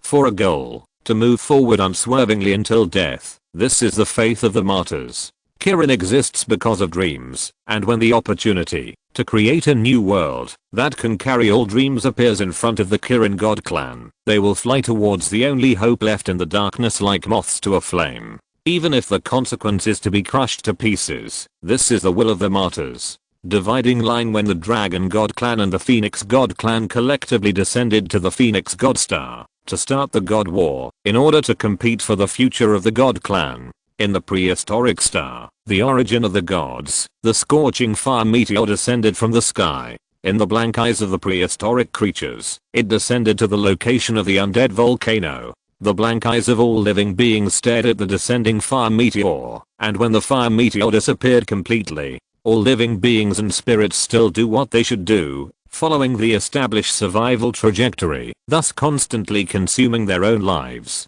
The fire meteor that descended from the sky is the one who came from the outer plane to seek the Phoenix Holy Fire. As SUI descended from the sky towards the undying volcano, he looked at the confused look of the living beings and said silently in his heart, "Has it come to this? If you lose your body, you will become a ghost. If you lose your spirit, you will become a zombie. If you lose your breath, you will become a corpse." The body, matter, is the present, the spirit, memory, is the past, and the breath, direction, is the future. The present primitive world is no longer the vibrant one it once was. They have lost their former glory and given up their infinite future. The primitive beings now, they are just a group of zombies, a group of walking corpses, and it is time to be cleansed. Rumble. The fire meteor streaked across the sky, traveling through time and space, and then came to the other side of hope. Boom. The earth-shaking dust filled the entire sky, and the fire meteor that fell from the sky hit the place where the Phoenix ancestor, Huangshan, was born. The huge impact force triggered the volcano that had been extinguished for a long time, and it began to roar. the hot lava rising into the sky, the red flames illuminating the sky. It was as if the glorious years in the past had crossed the distance of time and space and arrived at the other side of the world. When the dust settled, the one who turned into a fire meteor and descended to the undead volcano began to transform his divine body. Shaking off the outer shell rubbed by the sky's strong wind, a young god in a fiery red robe stood on the ground, with a blurred face, as if constantly interpreting his long history. Walking in the ruins of the undead volcano, the Yuanshan sensed the range to the maximum, collecting traces of the existence of the phoenix ancestor from the surrounding volcanoes. In the records of the gods, the disappearance of the three emperors was too strange. Almost at the same time, the three invincible and powerful beings disappeared. This is really unbelievable, but the facts are presented in front of the gods, and the gods cannot help but believe it. However, the gods can be very sure, certain that the three emperors are not dead, they just exist in an unknown world. The gods could sense the existence of the three emperors, but they could not meet them and communicate with them. The purpose of SYNOPSIS coming to the undying volcano this time was to cross the barrier of time and space by reversing the spirit, so as to communicate with the phoenix ancestor who had just been born. The conditions required to reverse time and space are extremely harsh, and there are too many things that need to be consumed. In fact, the method of reversing time and space that SYNOPSIS wanted to use was not so much to cross time and space and talk to the past. It is better to say that it is to reshape that period of time with one's own powerful spirit. In this way, the surrounding materials and the remaining traces are pushed back to the time and space that existed in the past, so as to achieve the power of reversing time and space. With the operation of the power of the ancient gods, many materials in the undying volcano began to rotate rapidly, as if time was reversed. The magma that soared into the sky was retracted into the ground, and the flying dust returned to its original position. Everything was reversing to the past. Big drops of sweat dripped from his forehead, and then turned into a wisp of mist, disappearing into the air. With the power of the ancient gods, it is impossible for sweat to drip. Generally speaking, the control of the ancient gods over their divine bodies is abnormal. Any energy change in the divine bodies will be reflected in the ancient gods' consciousness. The energy of the ancient gods rotates like a gear. As long as there is a mistake, the ancient gods will forcibly correct it to avoid unnecessary things. Now, the situation that SYNOPSIS is experiencing shows that SYNOPSIS' control over himself is rapidly decreasing. And this situation is getting more and more serious as the time reversal accelerates. Damn, I miscalculated. I didn't expect it to be so difficult to reverse to the original time. When SYNOPSIS tried his best to promote the reversal of time, Kaishan, who was far away at the edge of the star and watching the star being gradually swallowed, frowned slightly. Immediately, the powerful godhead began to operate, and in an instant, the huge information in the entire original star system was like a data torrent, and was fully accepted by Kaishan. Soon, Kaishan's vast will rushed towards the immortal volcano of Honghuang Star. Interesting little guy, let me see what you want to do. I don't know what the heaven is doing recently. Now the conversion efficiency of God particles is gradually approaching zero with the speed of swallowing stars. It is about to be equal to each other, thus causing a major disaster, and the soul harvesting program is not in place yet. Crossing the cosmic distance of tens of millions of kilometers, Kaishan's will descended above the immortal volcano, watching the reversal of time and space below. Chapter 165, Phoenix Holy Fire. Reverse time and space, follow the evolution of matter, and then reversely deduce to that era. Interesting little guy, I will help you, because you are working so hard. Immediately, Kaishan stretched out his hand and pointed, and the god particles existing in the Honghuang star quickly gathered in this direction, thereby accelerating the reverse deduction process of material evolution in a state beyond the existing matter. With the help of Kaishan, SYNOPSIS only felt the pressure reduced, and soon the era when the phoenix ancestor Huangshan was born appeared in front of SYNOPSIS. The raging fire that rose to the sky attacked the powerful will in the sky, and the endless past and present competed with each other. In this time and space reversed by SYNOPSIS, the Dragon Clan is the ruler of the present concept, and all the living races that exist against the Dragon Clan have come from the past. The Dragon Clan has a natural justice to destroy the visitors from the past. And today, it is the first time that a being from the future has arrived at this place. Looking up at the dragon clan roaring and fighting wildly in the sky, and the phoenix clan transformed by Huangshan. Then he began to sense the breath of the phoenix holy fire from Huangshan with all his strength, in order to simulate the operation of the phoenix holy fire before the reversal of time and space ended. The phoenix holy fire is a flame that can purify the soul consciousness. It can burn all the unnecessary thoughts in the soul when needed, so as to make the creature have a firm will in disguise. And this function of the phoenix holy fire is a prerequisite for opening the first order gene lock. It is also one of the conditions for the formation of the fourth order gene lock, the light of the soul. The body of the living creature contains dragon blood that interferes with the will of the living creature on a large scale. The existence of these dragon blood can have a huge impact on the normal thinking mode of the living creature, and they are also the main conditions for the formation of will. Generally speaking, the strengthening of ordinary living creatures is to refine other dragon blood branches in the body, so as to achieve the purpose of blood purification, so as to obtain the qualification to approach the gods. The difference between the existing living creatures and the human body is that the dragon blood in the body of the existing living creatures is a chaotic distribution pattern, and the blood of various dragon branches affects the will of the living creatures and their bodies. As a result, they become murderous and aggressive, only seeing the little benefit in front of them, and thus turning a blind eye to the near future. Only by constantly purifying the blood in their bodies and refining the excess blood into one can they gradually break away from the interference of dragon blood and move towards the point of being in harmony with the will of the dragon god. The advantage of the human body is that in the acupoints of the human race, there is the root blood of the entire dragon branch. These root bloods restrain each other, so that the human race is in an extremely calm state. However, this state also means that it is difficult to change. The network formed by the restraint of many root bloods, once destroyed, it will cause drastic changes in the human body, and it is even very likely that the genes will collapse and die directly. Under this threat, anyone who does not want to die will not have the idea of destroying the existing pattern. However, the opening of the first order gene lock requires breaking this existing order and then reshaping a new order. At this time, the help of the Phoenix Holy Fire is needed to use the function of purifying consciousness with the Phoenix Holy Fire. In extreme cases, a certain consciousness of the human race will be amplified in all directions, thus causing the effect of being overwhelmed with passion, thereby destroying the existing root blood pattern and reshaping the new order in the body.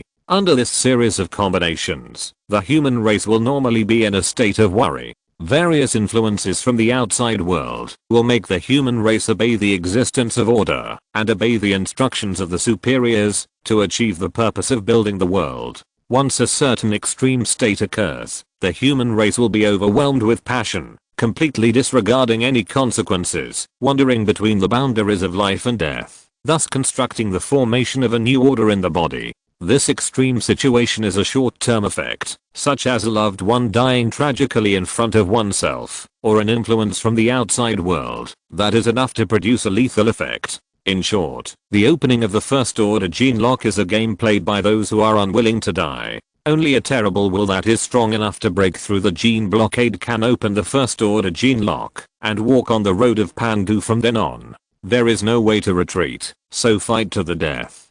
Past, present, future. The first and second order gene locks focus on the present. Only by gaining the power of survival can we inherit the past and expand the future. The third and fourth order gene locks focus on the past. When survival is not a problem, only by inheriting the will of history can one gain the motivation to continue to become stronger. The fifth order gene lock focuses on the future. With the present body, it inherits the will of the past and moves towards the infinite future. The powerful Yuan Shan tried his best to simulate the evolution formed from the Phoenix Holy Fire, hoping to obtain the power from the Phoenix Holy Fire. While the past time and space were still proceeding normally, the will from the future was inheriting the history of the past time and space. At this time, SUI was in a strange state. There was a thin film between him and the past time and space. This film blocked the peak from the past time and space, but it clearly reflected the past in SUI's eyes. As long as SUI never touched anything in this era at will, these attacks would not have any effect on SUI.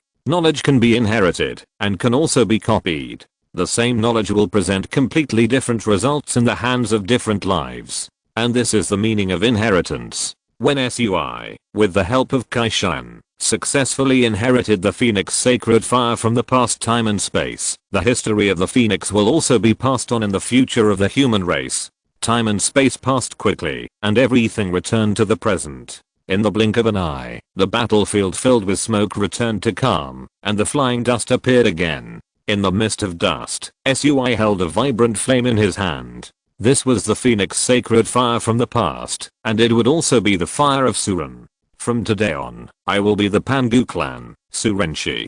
Surenshi inherited the past, the human body stepped into the present, and Pangu opened up the future. The human race will gather the power of the past and present, open up Pangu's road to the sky in the endless darkness, and move towards an infinite future. Put the Surenshi into his consciousness, and a burst of pain appeared in Surenshi's consciousness in an instant.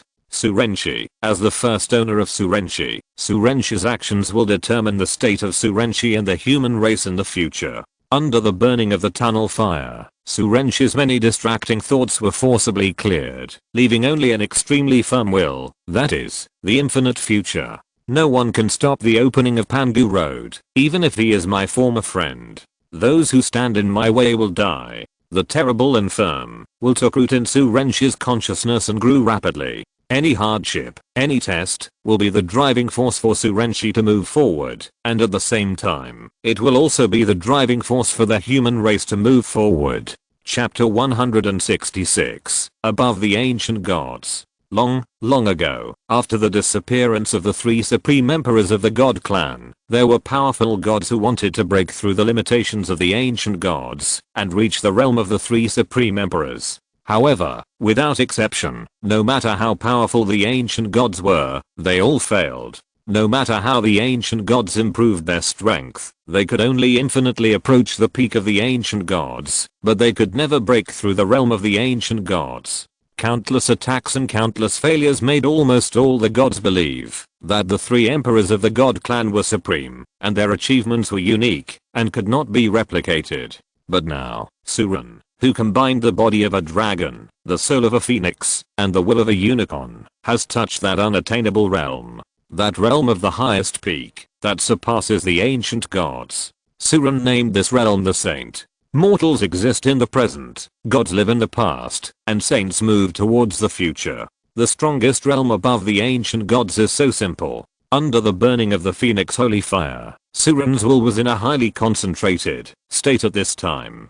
All distractions were transformed into nutrients for the growth of will, thus pushing Surenshi to move forward to the highest peak. In Surenshi's perception, he divided everything in the world into three realms. The past realm, the present realm, and the future realm.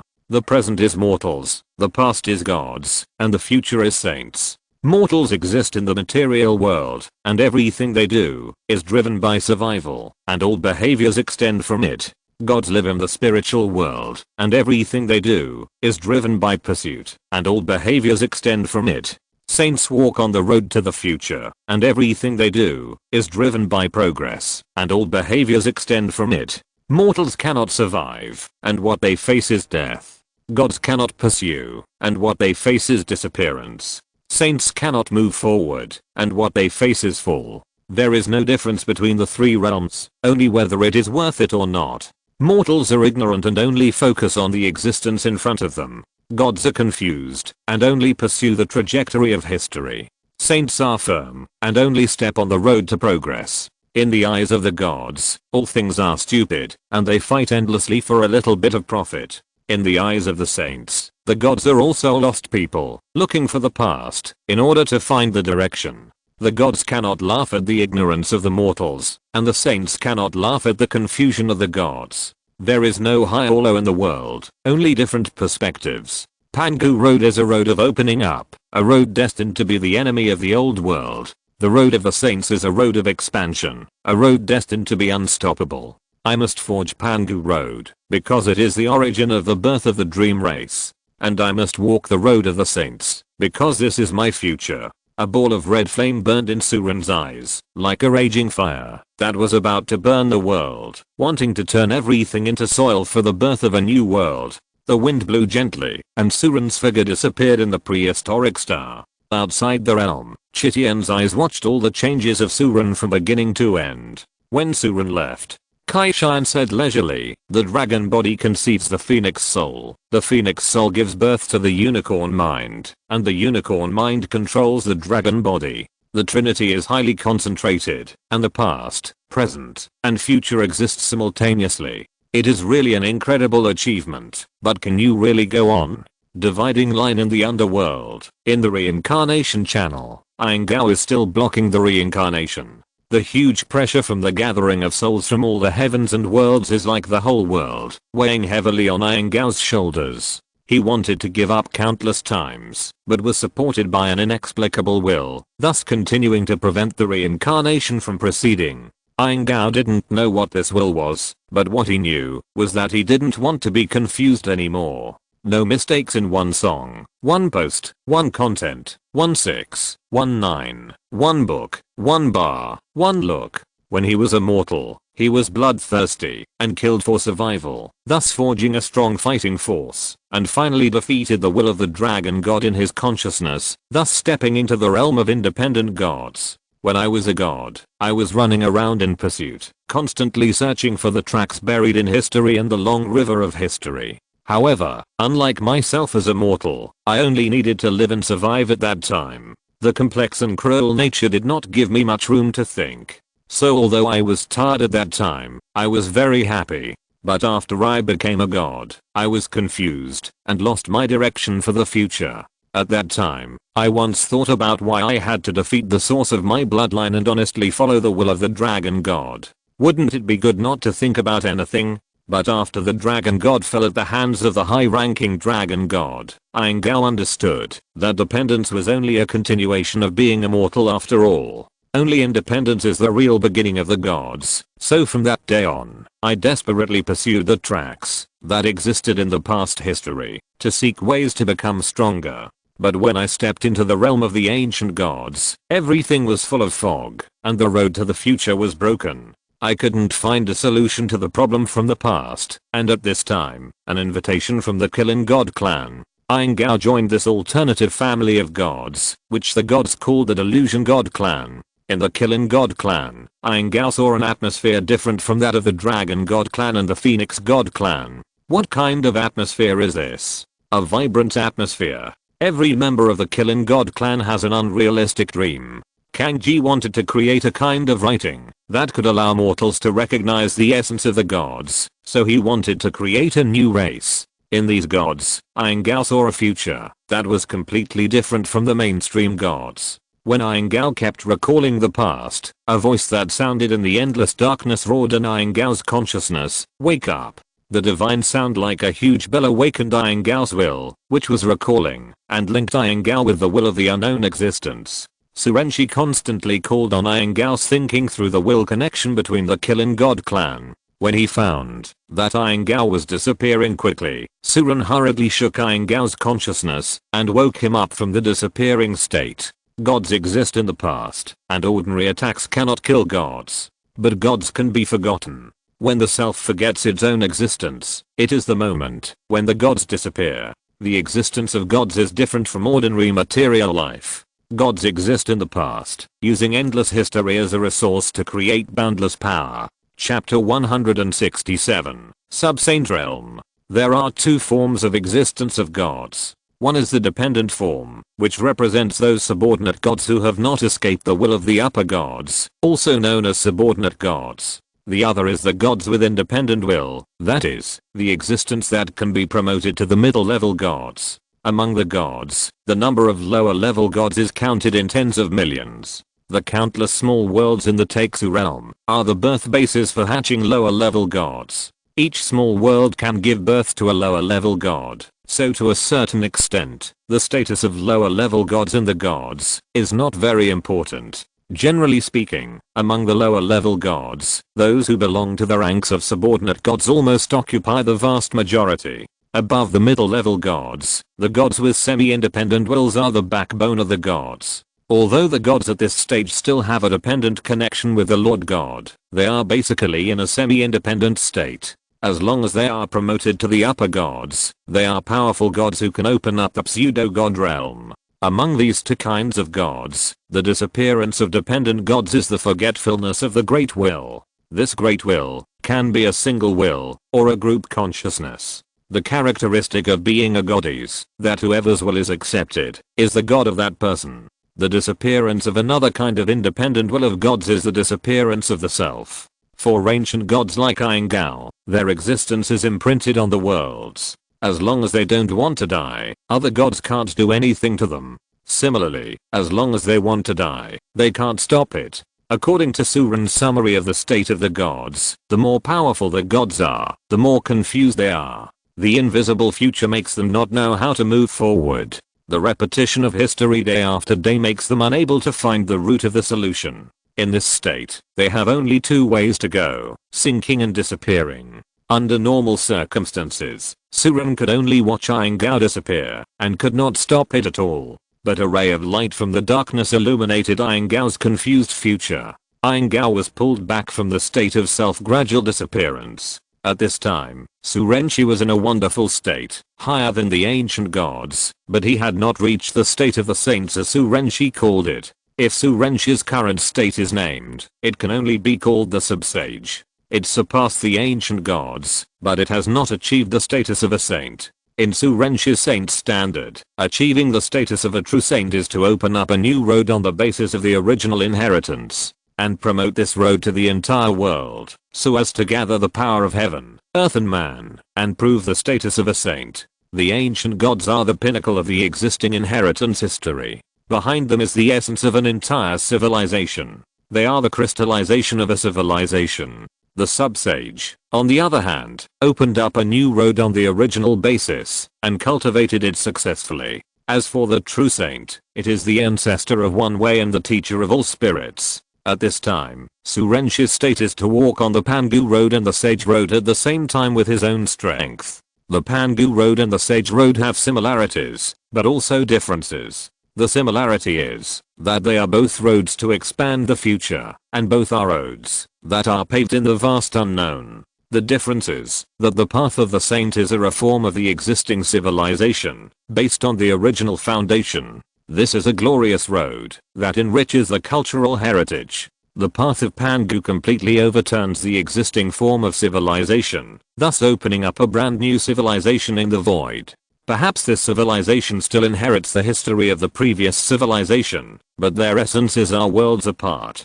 Surenchi did not think about reforming the existing form of the Protoss civilization. However, the blood system and soul system derived from the Emperor Aoshan and the Emperor Huangshan have firmly fixed the civilization form of the entire Protoss.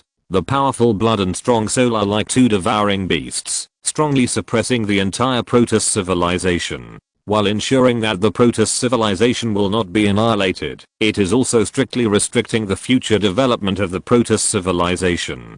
The power of the upper existence is so strong that it strongly crushes the chaotic thoughts of the lower existence, resulting in the annihilation of reform. For example, it is the problem of a father's control over his son. The strong father arranged everything for his son as soon as he was born. As long as he obeyed his father's arrangement, his son would be able to reach the top of the world.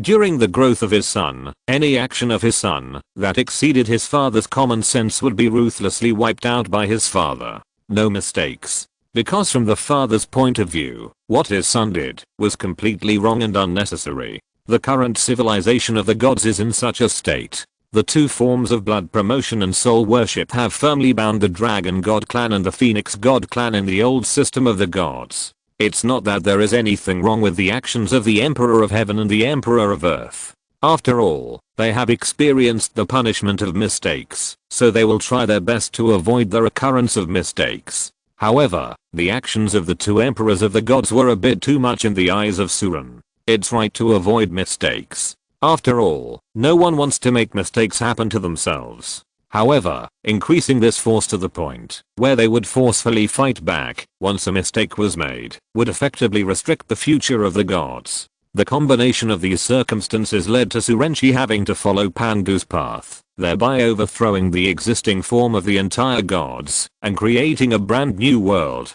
In the reincarnation channel, Surenchi's call awakened Yingao's fading self. After awakening Yingao, Surenchi passed all the existing information to Yingao's soul. Looking at the large amount of information constantly flowing in the Yuanshan, Yingao said calmly, "You want me to use the tunnel fire to open up the human reincarnation in the reincarnation channel, so as to create a trend for the human race to replace the gods? Yes, I think you know the current form of the gods better than me. After all, the reason why you joined the Killing God clan was to seek a new future. And now, an opportunity to open up a new world that can accommodate countless variables is presented to us. I think we should cherish it." Suren was in a desolate plain outside the Hangliang Star Realm, talking to Yingao, who was far away in the netherworld. "What do you want to do?" At this time, the battle between the Dragon Clan and the Phoenix Clan has reached its most intense time. I don't think any of them can quickly escape from the control of this battle, so I plan to destroy all the god nodes on the entire Hangliang Star during this period, thereby temporarily cutting off the connection between Hangliang Star and the heavenly realm. This will pave the way for the future to open up a new world. Chapter 168, Shaken Will. When Surenchi and Yingao were communicating, the tunnel fire, which was transformed from the Phoenix Holy Fire obtained by Surenchi by reversing time and space, had sent its underlying structure diagram to Yingao through the method of consciousness transmission.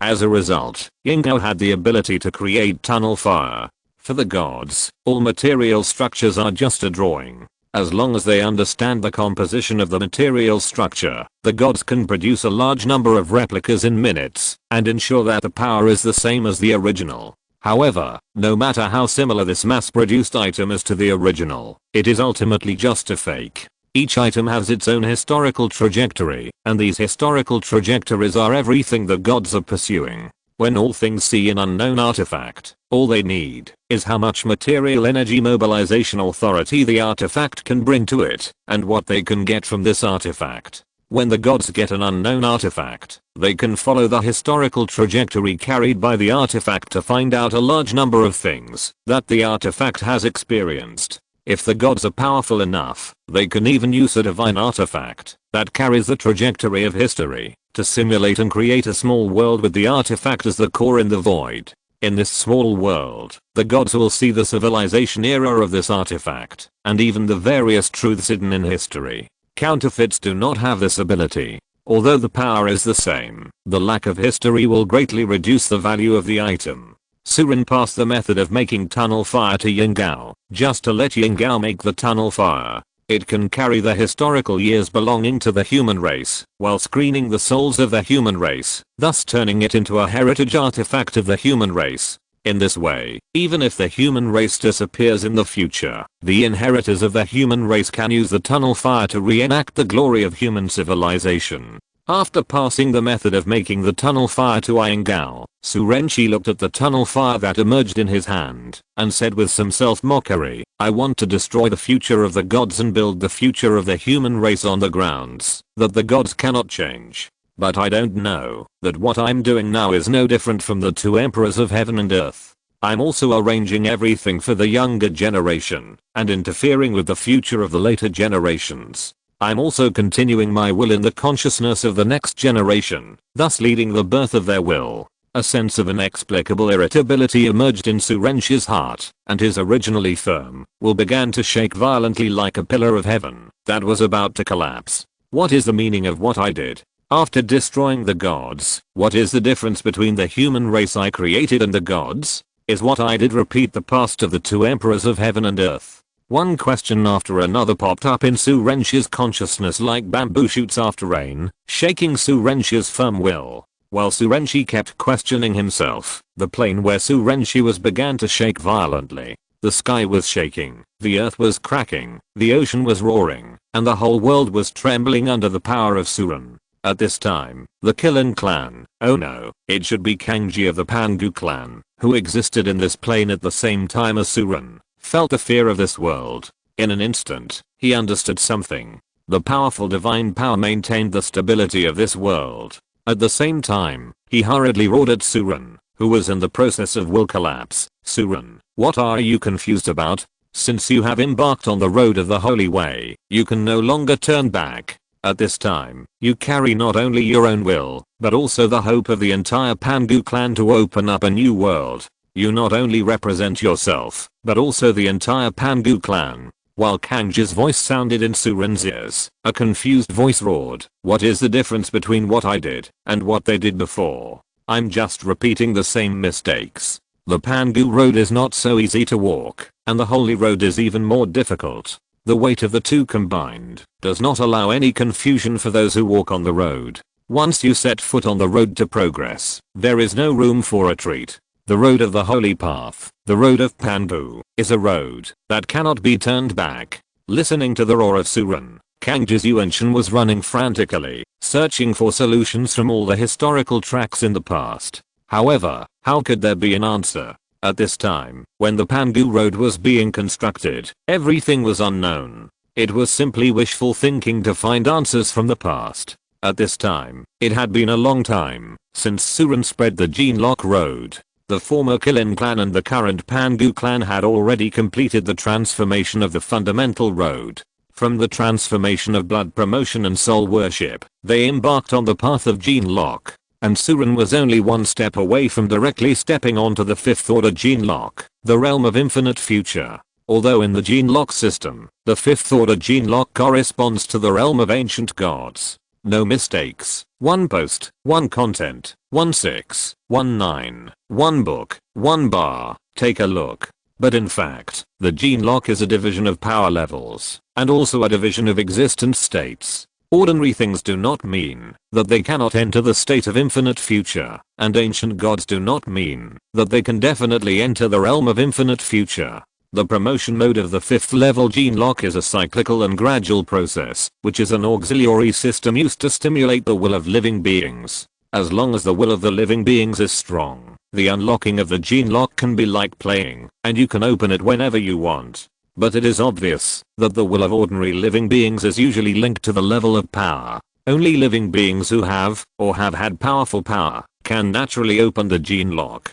The light of the soul flashed wildly in Kanji's consciousness, and the future observed from various consciousness angles appeared quickly in front of Kanji, and then continued to be destroyed. The light of the soul is the product of the will of the living being defeating the will of the root blood from the acupoints. When the will of the root blood defeats the will of the living being, it can take over the body of the living being and exist. Similarly, the will of the living being defeats the will of the root blood. The same thinking mode that can obtain the root blood will, and thus use it as another perspective to observe the world. This is a consciousness mode that can extend observation and thinking from multiple angles, a bit like split personality. The light of the soul cannot be obtained by those who are not determined, and cannot be controlled by those who are not strong in soul. At this time, under the flashing of the light of the soul, Kanji, after seeking answers in the past without success, began to gradually seek answers in the future, but the future was nothingness. Chapter 169, Giving people a chance to make mistakes. Countless flashes of the light of the mind represent that countless directions of thinking are forcibly rejected. Those who use the light of the mind must bear the interference and influence brought by the light of the mind. The present determines the past, and the past reorganizes the future. When the answer cannot be found in the historical trajectory of the past, it is the initial stage of the birth of the infinite future. Let your will transcend the restrictions of the previous order, so as to think about problems from a perspective beyond the current era.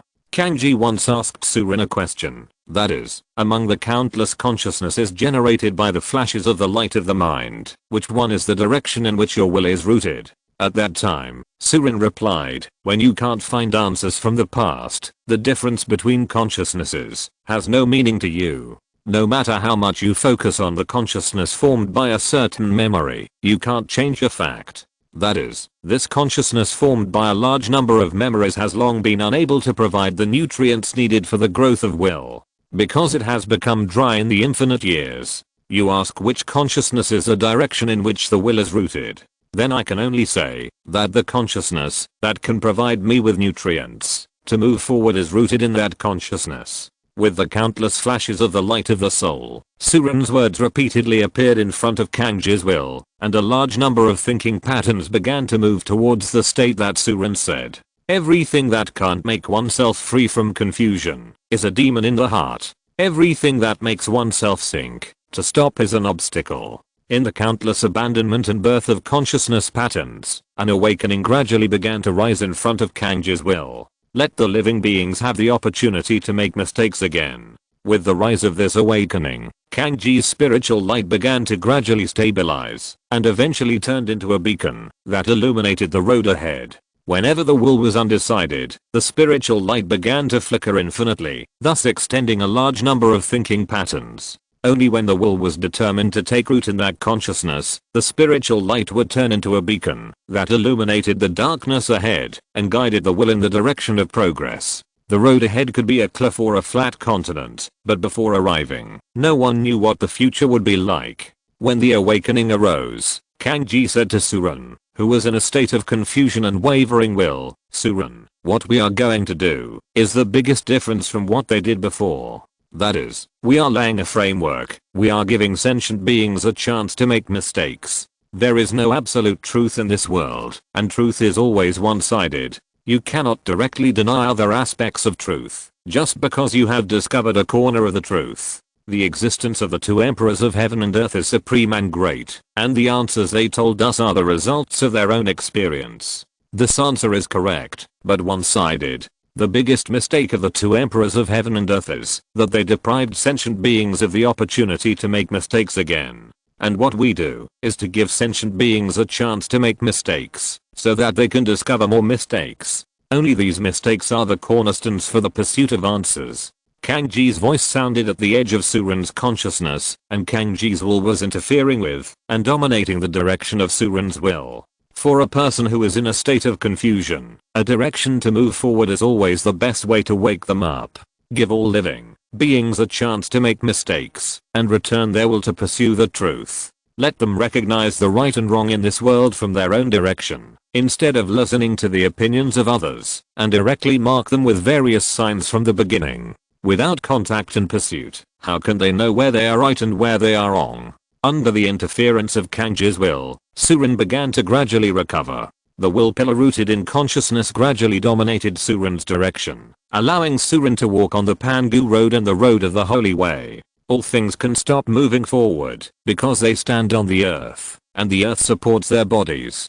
Gods can stop moving forward because they exist in a world compiled by the strong, and the will of the strong dominates the direction of their thinking. Once the saints stop moving forward, they will fall like a meteor. That's because they exist in the infinite future, with no direction in front, and behind them is the road built by all living beings in themselves. Once the saint stops, hope will perish. Who can continue to invest energy in a dark direction? When the investment plan goes wrong, except for a small number of people who cannot get out, most people will quickly withdraw all funds to ensure their own interests. No mistakes, no mistakes, no mistakes, no mistakes, no mistakes. At this time, who will care how the people in the middle of the road get back? Funds are broken, the road collapses, and everything returns to nothingness. When hope is extinguished, and all beings are no longer moving in the direction of the saint, the entire road to heaven collapses, and the saint falls directly into the infinite future.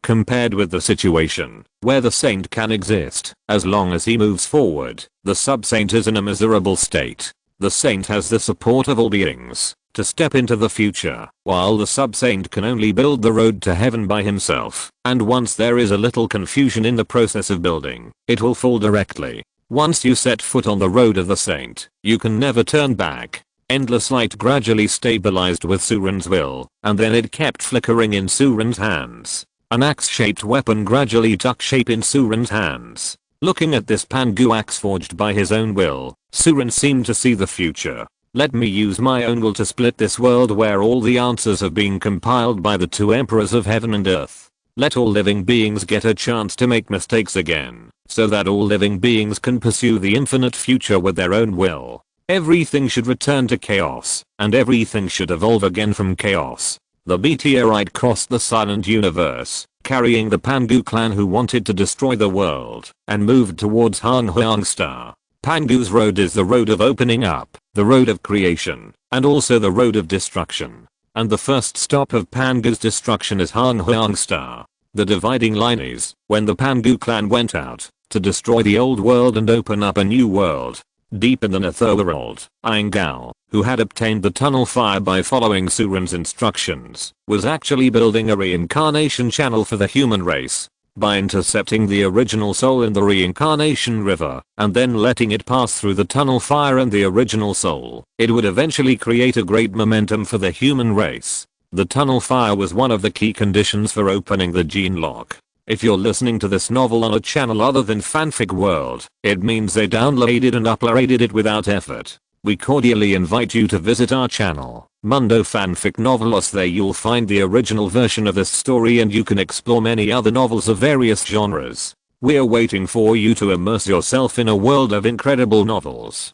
Chapter 170 Humanity Reincarnation. In the new world race built by the Pangu clan, there are two iron rules to determine whether a creature is a human form of existence. One is that there is a mark of tunnel fire in the soul, and the other is that the body is constructed by the human body. Tunnel fire is a necessary product for purifying soul consciousness, and the human body is a necessary condition for opening the gene lock. Only tunnel fire is an important device that transforms a creature's life memory and emotions into a mutant will at a critical moment. Thus, a weak mortal can burst out a strong will under extreme oppression to break through the gene blockade, thereby completing the opening of the first order gene lock. As for this extreme oppression, it can come from external threats or internal unwillingness. Of course, opening the gene lock is opening the gene lock. Whether it can be done after the gene lock is opened and the balance of many root bloods in the body is broken before death comes,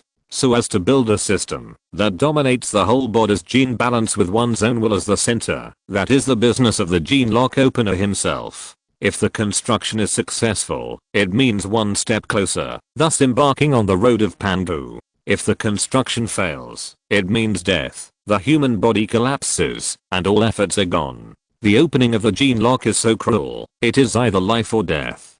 The human body is also called the omnipotent body, because the human body is the perfect body constructed by Surenchi with the power of the entire Pangu clan. The root blood in the human body is the reflection product of the world's power. When the world's power changes, the human body will change with the world's power, thus permanently occupying the position of the protagonist of heaven and earth. The combination of these two powerful creations is the important pillar for the human race to step onto the top of the world. The red tunnel fire is burning quietly in Yingao's hand. At this time, the tunnel fire has not been engraved from the history of the human race, so all the power depends on Yingao's strength. When the new world is opened up and the human race is born, the tunnel fire in Yingao's hand will be one of the deep foundations of the prosperity of the human race. As the fire of the tunnel fire is engraved on the souls that have passed through the reincarnation of humanity, the breath of the tunnel fire will allow these souls to combine with the human body, thereby completing the reproduction and breeding of the next generation of the human race.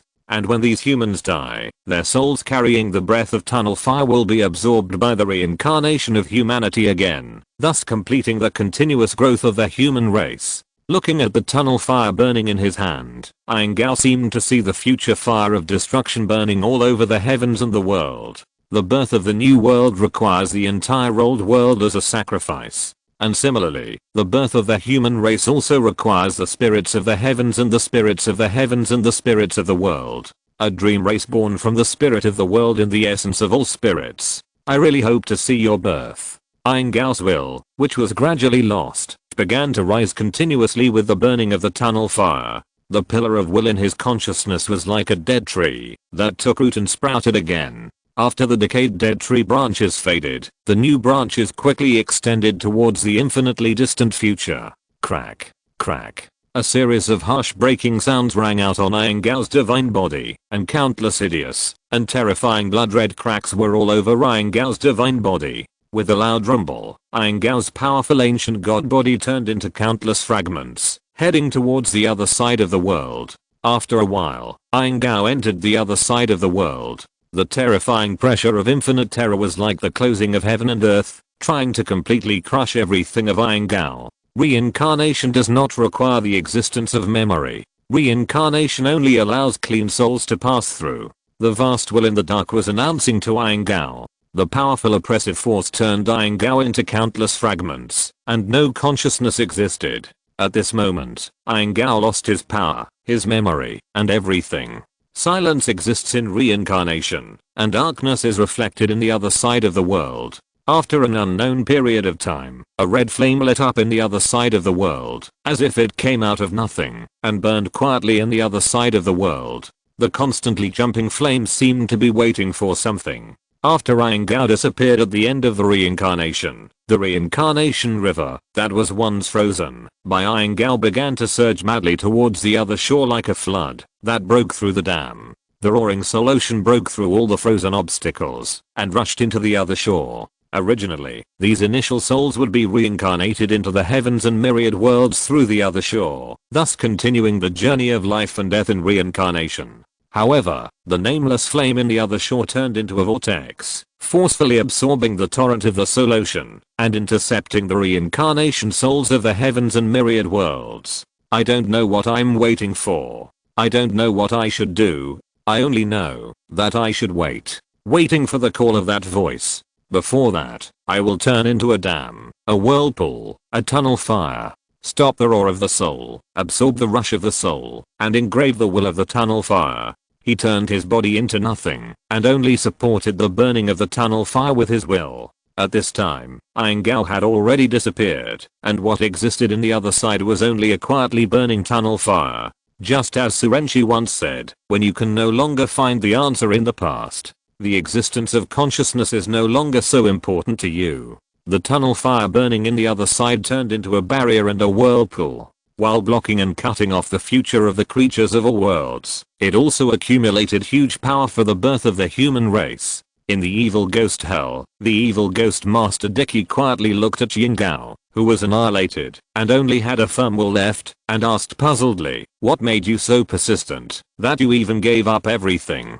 Dicky's question was destined to be unanswered. In this era, all the strong men who reached the ancient gods have almost reached the peak of confusion. They can no longer find answers to their doubts in the past history as before. This is because the historical trajectory created by the three emperors of the gods is gradually being absorbed by the ancient gods. Mortals are ignorant and cannot see the past clearly. The gods are confused and cannot see the future. Even if Dicky was inspired by Iengao at this time, he created the evil ghost way with despair as the body, fear as the soul, and hatred as the will. He still cannot break free from the confusion of the gods. Why is he desperate? Why is he afraid? Why is he hateful? These are all problems that Dicky needs to solve. Otherwise Dicky's so-called evil ghost way is just a castle in the air. Once the support of Dicky is lost, the final result will be nothing more than turning into ruins buried in the trajectory of history. Chapter 171 Pangu destroys the world. A structure that can continue to circulate and is full of vitality is the future path that Dicky pursues. But it is obvious that Dicky at this time has only constructed the prototype of the evil ghost path. Dicky is powerless to make the evil ghost path self-circulate and serve as the foundation for Dicky's infinite resurrection. In the material universe, in the void outside the boundary, the superplane controlled by the Pangu clan gradually approaches the boundary of the boundary, where the Hang Huang star is located. The powerful repulsive force turns into a vast heavenly power, thus forming a huge spiritual vortex above the Hang Huang star. In the spiritual vortex, the powerful Pangu clan drives the plane under their feet and hits the Hang Huang star. Hundreds of years later, the disaster-stricken creatures of the Hang Huang star once again ushered in a destructive natural disaster.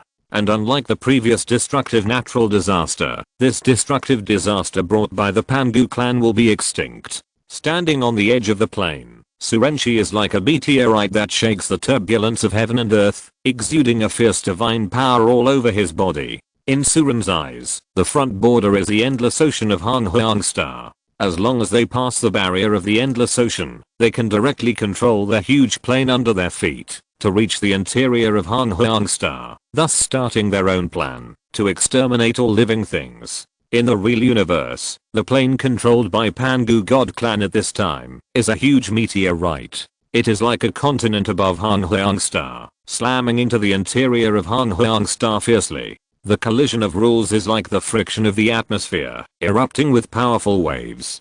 The huge wave of the collision between the two realms swept across all the creatures on the land, turning their bodies into nutrients to nourish the growth of the earth and sending their souls into the netherworld. It was just the initial collision, the great collision of heaven and earth caused by Pangu god clan, which directly annihilated nearly half of the creatures on the entire Han Huang star. And this is just the beginning.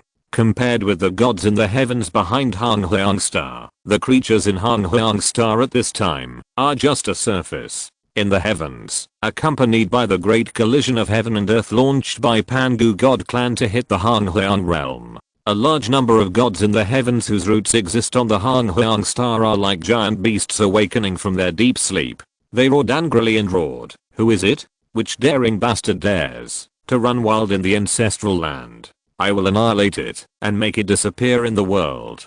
Han Huang star is the ancestral land where the dragon race was born. On Han Huang star, almost all the original powers of the gods exist. These original powers are the source powers of many power mutations. The heavens and the worlds take Han Huang star as their birthplace, and thus extend the power rule to the worlds. It can almost be said that Han Huang star is the control center of the heavens and the worlds. Once Han Huang star is controlled, it is equivalent to controlling the entire heavens and the worlds in disguise. In addition, the existence of Han Huang star has an impact on the civilizations in the two major realms of Taixu and Zukang. With all these conditions added up, once Han Huang star is lost, the foundation of the existence of the gods' civilization will be completely shaken. However, although the gods in heaven were very angry at this time, who was extracting the foundation of the Protoss civilization and wanted to destroy the entire Protoss. But at this time, the gods in heaven could not descend from heaven to stop the actions of Pangu Protoss. The war on Phoenix Star attracted the attention of the entire Protoss. This war that determined the future dominance of the Protoss made the gods throw their bodies in the material world into it. As a result, except for a few remaining gods on Han Huang star, there was no material body that could carry the will of the gods to descend. There are two ways for gods to descend from heaven to the material world. One is to descend in a concentrated manner, and the other is to descend in a dispersed manner. Concentrated descent is to forge a material body that can be highly compatible with one's own will, so as to serve as the coordinates for the gods to locate the material world. Dispersed descent is to create a race that carries one's own will, so as to use the traces of this race's existence in the material plane as the target for the gods to descend. However, the distance of the material body, coupled with the first destructive blow of Pangu Protoss to Han Huang star, made it impossible for the gods in heaven to descend to Han Huang star for a while. In the material world, in the prehistoric realm, after the Pangu clan targeted and briefly destroyed the foundations of the powerful gods in the prehistoric world, Surin calculated the time for the gods to descend at the fastest speed, and then said to the Pangu clan behind him, "Everyone, we only have 3 days. After 3 days, it will be time for the backup plan of the gods in the heavens to be activated. By then, if we have not completed the suppression and blockade of the prehistoric world, we will face the crusade of the entire heavenly gods. So, please do not hold back and complete our established plan as quickly as possible. No mistakes in one poem, one post, one content, one six, one book, one bar. In order to prevent their foundations from being wiped out by unknown existences, the gods in the heavens still have a backup plan in addition to the normal 2 ways of descending. That is, once the deviation of the descending occurs, the sentient beings existing in the prehistoric star will passively evolve towards the bloodline of the powerful gods according to the way their bloodlines are close. Try to transform your body into a material body that can carry the arrival of the gods as quickly as possible, and this time usually does not exceed 3 days. This means that after 3 days, if there are still signs of life on the prehistoric planet, no matter how many living beings are left, they will become the target of the gods' arrival. In order to prevent the gods from coming, and to build the dream of a new world, all the gods of the Pangu clan nodded in unison, and their firm will dominated their actions. But in a moment, a huge dragon-headed human god appeared in the prehistoric planet. The dragon clan practices the way of devouring evolution. For how to cleanly erode an entire plane into their own property, the dragon clan is an expert. And now, the Pangu clan relies on the plane erosion policy they carried out when they were dragons. thereby reversing the erosion plan, turning the blood that originally devoured the world's material into poisonous blood that annihilates all living things. Using the exclusivity of their own blood, the entire prehistoric plane is directly turned into a dead place with blood flowing.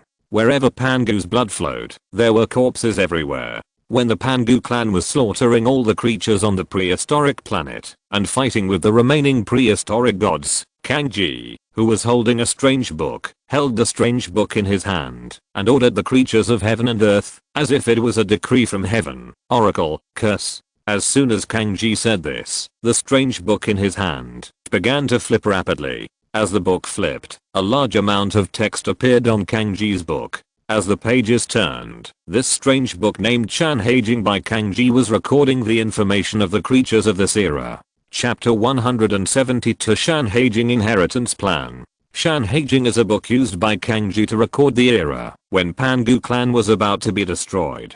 In this Shan Heijing, accurate information about the various races and beasts belonging to the era of gods and demons is recorded in detail. These information recorded by Kangji will be an important tool for exploring this world after the birth of the human race in the new world. For the Pangu clan, it is extremely unrealistic to really exterminate the entire clan. After all, as the oldest known race, the foundation possessed by the clan is too strong. Once the clan of gods has recovered, the future of the human race will be ruthlessly destroyed. In order to prevent this from happening, under the proposal of Kangji, a plan that lasted for a very long time was carried out at the same time as the destruction of the Pangu clan. The name of this plan is Shan Heijing Inheritance Plan. Shan Heijing is a summary of the origin of the birth of the clan of gods by Kangji. All the original birthplaces of all living things are related to the ocean and land. Shan Heijing is a summary and naming of these two. The key to the implementation of this plan is the unique influence of the material world on the spiritual world.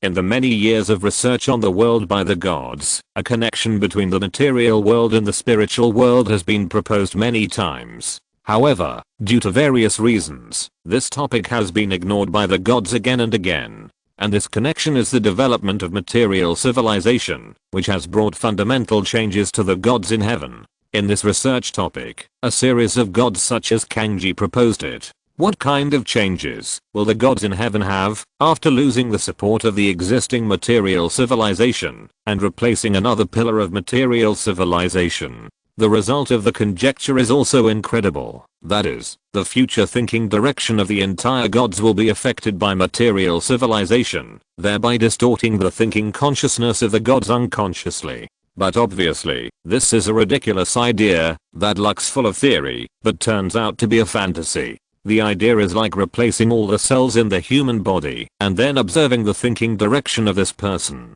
In this way, you might as well just say that you have replaced a person.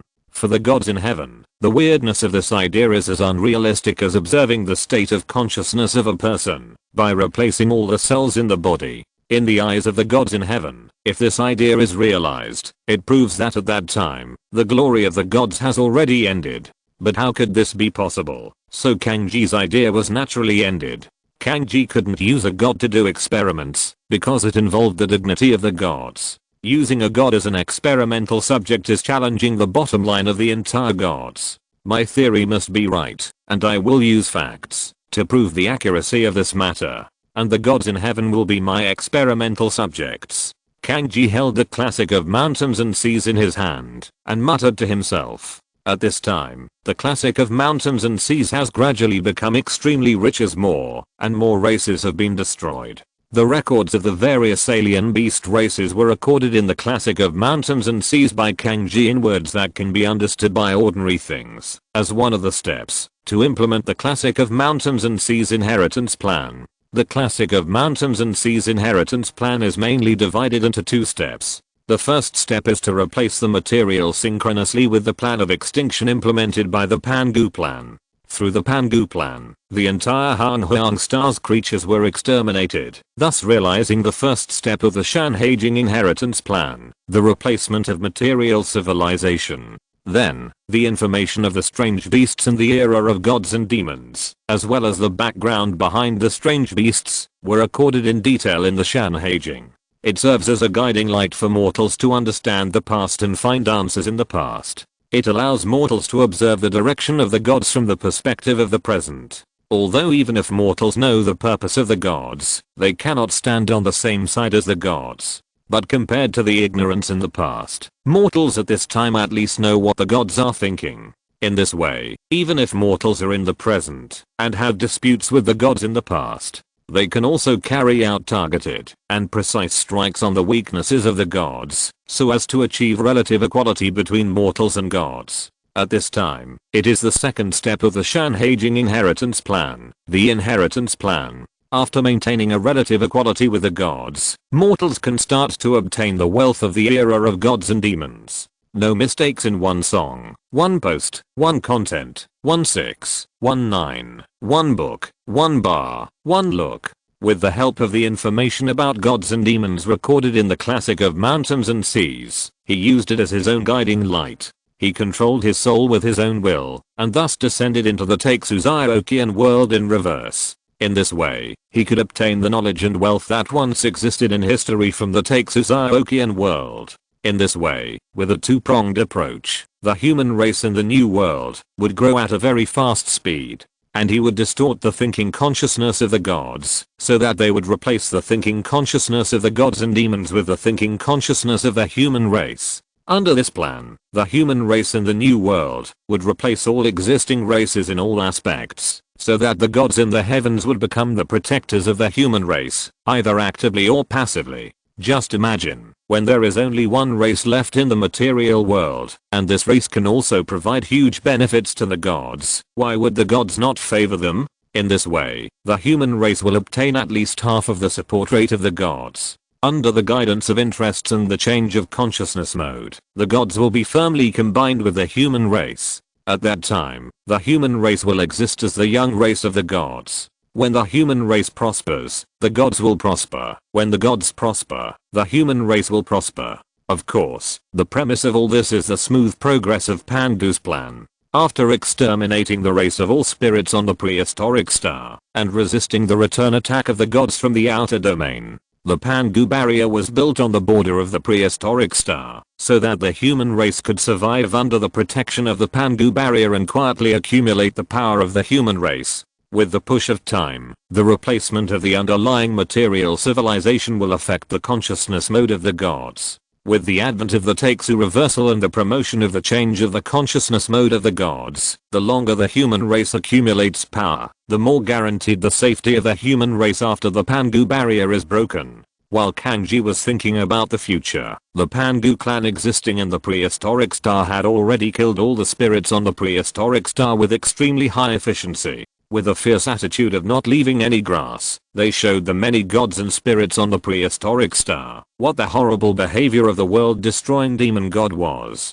In the outer domain, after receiving the crisis from the prehistoric star, the Dragon Clan and the Phoenix Clan at this time tried their best to get out of the anxious battle situation at this time. However, neither the Phoenix Clan nor the Dragon Clan were willing to accept their defeat, so this war completely turned into a quagmire of war between the two clans, making it impossible for them to escape. Chapter 173, All Worlds Return to One. The disaster of the collapse of heaven and earth and the suffering of the death of all living things are being performed inside the prehistoric star. As the ancestral land, the prehistoric creatures can almost be said to have been unlucky from the moment they were born. Since Lihao came to the original star system, Lihao's influence has spread throughout the original star system. In the development process of the prehistoric star, the prehistoric creatures have experienced 3 overall destructive blows. The first time, the prehistoric primitive creatures were completely wiped out by the psychic intelligence race. The second time, the psychic intelligence race was completely wiped out by the dragon blood beast race. The third time, which is this time, the dragon blood beast race was exterminated by the Pangu clan. Although the third extinction destructive blow, compared with the previous 2 times, there are remnants of the race of the previous era. But at least inside the prehistoric star, the Pangu clan really rooted the dragon clan in the foundation of the prehistoric star, and uprooted the dragon blood beast. Thus, the entire prehistoric star was used as the foundation for the birth of the new world race, the human race. When the Pangu clan was fanatically carrying out the devastating blow for the birth of the dream race of the new world, Behind the heavens and the myriad worlds, the sky that seemed to exist like a shadow laughed and said, "The time is ripe, and the harvest has officially begun." With the operation of the power of the sky, the god particles, that were lurking deep in the bodies of the Pangu clan, who were currently carrying out the plan to destroy the world, began to play their role. The soul level of the Pangu clan was improved in all aspects, so that the huge god particles overwhelmed the firm will of the Pangu clan, which had been forged from countless cycles of life and death. Under the control of the god particles, it became the ultimate weapon of the sky to destroy the world. Everything in the world is always relative, and the so-called firm belief is always just the product of quantitative change at a certain stage. Compared with the original myriad worlds at this time, the madness derived from the Pangu clan for the birth of the new world is one of the most firm beliefs in the world, and this belief can be transformed into an important tool for the sky to destroy the existing pattern and harvest soul energy. When the time comes, the heaven and the earth will work together, and when the luck is gone, the hero will not be free. The original great trend gathered in the hands of the sky and condensed on the will of the Pangu clan, thus turning into a destructive catastrophe that destroyed an era. The turbulent energy fluctuations and the powerful force that destroyed the world in the sky were wantonly sweeping across the interior of the Great Desolation Star. Wherever they passed, all spirits were exterminated, and no grass grew. The bright red color appeared in the eyes of the Pangu clan. It was the blood color of an entire era, and it was the sorrow of the god and demon age. When the entire Great Desolation Star was turned into endless ruins in the hands of the Pangu clan, whose will had been determined by the belief of annihilation, fixed their eyes on the stars in the sky and the material plane represented by the stars in the sky. Under the control of the great trend of the sky, the Pangu clan at this time was no longer satisfied with the heritage represented by a mere Great Desolation Star. They began to step out of the Great Desolation Star and hunted the material plane transformed by the stars in the sky and the endless souls existing on the material plane and the endless sea of stars. Destruction, massacre, turmoil in the world, and the fall of the heavens. At this time, the Pangu clan has become the ultimate demon god of destruction, gathering the power of the catastrophe of the destruction of the heavens, and constantly improving the power level of the entire Pangu clan. Under the support of the general trend and the gathering of the final catastrophe, at the end of the destruction, the entire Pangu clan was promoted to the realm of ancient gods. The stars moved, the sky and the earth changed color, the myriad worlds returned to one, and the heavens fell. One by one, the sky stars representing the material plane were dragged from the endless sea of stars to the sky above the prehistoric star by the Pangu clan. Let it turn into a falling star carrying the dawn of a new world, descending on the prehistoric star, and thus merging with the prehistoric star in the collision. The sky burned like a rag, the ocean boiled like boiling water, and the earth was torn like a rag. The dead stars produced by the collision of rules quickly crossed the sky, carrying their own historical trajectories, and thus merged with the existing history of the prehistoric star. In the destruction of the material world in the Pangu clan, countless waves were derived. The world community in the depths of Takesu is also accompanied by the fall of the stars and the sorrow of the extinction of all spirits, thus producing earth-shaking changes. The relationship between the civilization in the material world and the Takesu world community is the relationship between the present and the past. The civilization of the material world is the present, and the Takesu world community is the past. Everything that happens now is laying the foundation for the unchangeable past, and the destruction recorded in the past is engraved with the fault of history. Compared with the magnificent destruction of the stars in the material world, everything that happened in Takesu at this time is no less impressive. A large number of small worlds are rapidly gathering in one direction in Takesu with the movement of the material world. No mistake, one song, one post, one content, 1619, one book, one bar. The light gathered by a large number of small worlds is like a star, gradually illuminating the entire Takesu, attracting the eyes of the gods in the heaven to the center where the small worlds gather. The small world is the best helper to record the trajectory of history. Originally, each small world is recording the historical process of the development of a civilization. However, as a large number of small worlds converge in one direction, the historical trajectories recorded in each small world are intertwined, thus giving the small world the potential to evolve. The interweaving of the history of different civilizations has given each other changes in the past history, thus creating infinite variables for the small world to be promoted to the middle world. Lihao watched the changes in the void in the temple of the gods, accompanied by the destruction of the heavens created by the Pangu clan in the material world, and the unity of all worlds. The occurrence of this series of events has destroyed the closed historical trajectory of the small world, thus merging and swallowing with different historical trajectories, thus producing a large number of seemingly true historical trajectories. In Lihao's deduction of the future, this time the fusion of the heavens will give a large number of small worlds in the void the opportunity to be promoted to the middle world. Under the Pangu clan's plan to destroy the world, Lihao was fortunate to see the brilliant light of the extinction of countless stars. However, behind the beautiful background of the falling of stars and the unity of all worlds, it is the extinction of the fate of countless creatures. In the vast unknown land, the sky is like an exquisite painter. With each stroke, the light of countless stars fell. With each hook and each line, the souls of all the spirits in the heavens returned to one. With each rise and fall, the cycle of life and death ended. Kang Xian looked at the power of the end of the catastrophe that appeared on the Huangji Jingxi book in his hand, and whispered, "All the heavens return to one, all the spirits are extinguished, the era of gods and demons dies, and the era of creation is born." Chapter 170 For the purpose of gene lock. Since Lihao arrived at the original star system, there have been two eras. The first era is the chaos era, when all rules are undetermined and everything is in a state of desolation. The second era is the god and demon era, which originated from the development of the plane, and ended with the destruction of Pangu. After the destruction of Pangu, it is the third era, Genesis. The first two eras are just the foundation for Lihao to lay the foundation for the original star system, to crisscross the sea of stars, and the third era, Genesis, is the beginning of everything being ready. The Chaos era opened up the prototypes of the three paths of body, soul, and will, thus laying the foundation for the later God and Demon era.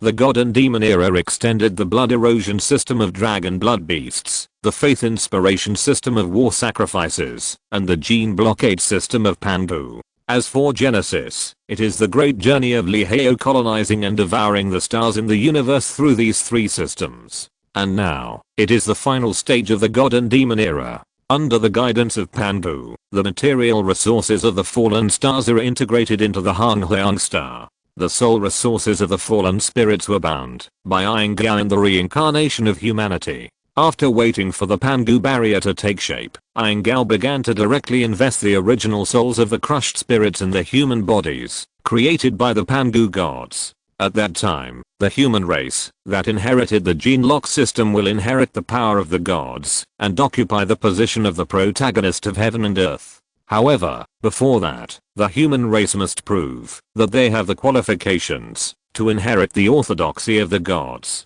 That is to survive under the siege of the angry gods and use the civilization consciousness of the human race to distort the consciousness of the gods so that the gods have to recognize the status of the human race. Compromise is always under strong oppression. After plundering the star sea, the Pangu gods retreated to the prehistoric star one step ahead of the arrival of the gods' army that was about to return from the material plane, and began to build the existence of the Pangu barrier in the prehistoric star. Thus, the human race was protected under the Pangu barrier, giving the human race a buffer time. Looking at the ruined prehistoric realm, Surin said to the ancient gods in the Pangu clan, "The preparations have been completed. The prehistoric realm now occupies the origin of the heavenly planes. Whether from a material perspective or a spiritual perspective, the share occupied by the prehistoric realm at this time is crucial. Whether it is the derivative of material civilization or the origin of the Texu world community, it will all radiate from the prehistoric realm to the rest of the realms in the future. Thus, all the external worlds will be included in the system of the prehistoric realm. Before that, please join hands and gather the power of the gods to build the Pangu barrier to cover the entire realm so as to give the human race time to grow. Everyone, let's prepare for the birth of the new world." Under the guidance of Surin, the Pangu clan used the Zaoshan acupoints in the human body as the corresponding one. Thus, an unparalleled formation called the Zaoshan Xingdao formation was arranged around the prehistoric realm.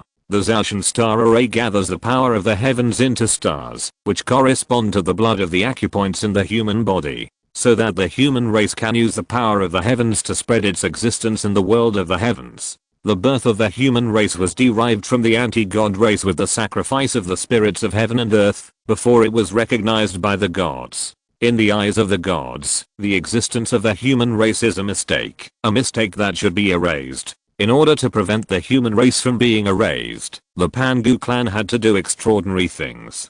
Power is the hard currency of all realms. Even if the rules in the world of the heavens have changed, because of the existence of the gods, its essence cannot be changed. The relationship between them is like the same water, but some water is universal, while some water is marked with a private mark. But this still cannot change the fact that water is water. In the gene lock system constructed by the Pangu clan, the power generated by breaking through the blockade of genes with will changes with the changes in the environment. That is to say, the creatures of the human race who cultivate the gene lock will not be affected by the rule mutation of the gods, which will lead to the invalidation of their own power. But this also means that the human race will not be favored by the gods' rules.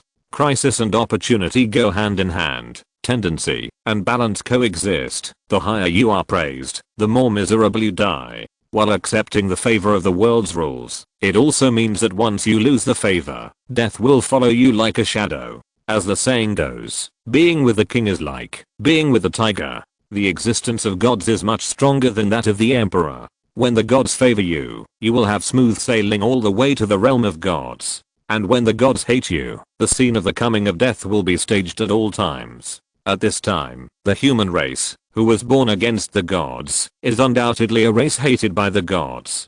Pangu's barrier is a barrier created by the Pangu gods, to prevent the human race from being killed by the gods, before they grow up. No mistakes. One post, one content, 1/6, one book, one bar. At the same time, this barrier is also an important foundation for the human race, to fight back against the gods and turn from guest to host. The human race born in the Pangu barrier will be closely linked to the Pangu barrier. When a powerful person in the human race breaks through the third level gene lock, these third level strong men who can simulate their own bodies and gain the power of immortality will have the connection relationship with the power stars with the help of the root blood in their bodies. In this way, they will gain the right to shuttle through the sea of stars in the sky, and then spread their own existence form in the sea of stars in the sky quietly. In this way, the civilization power of the human race will continue to grow along with the expansion of the gods in the outer domain. When a certain time comes, the existence of the human race will completely distort the ideology of the gods, and let the gods change from the innate gods to the gods of the human race.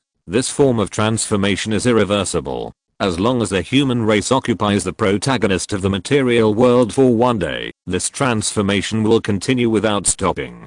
The process of the third level strong men of the human race using the power stars to shuttle through the sea of stars in the sky is accelerating this process. As for the human race, before the third level strongman was born, there was still a way to quickly improve strength. The condition of this method is that Kangji recorded the Shanhaijing created by the race of gods and demons. Just like the connection between the power star and the root blood, the Shanhaijing will be connected to the soul of the human race.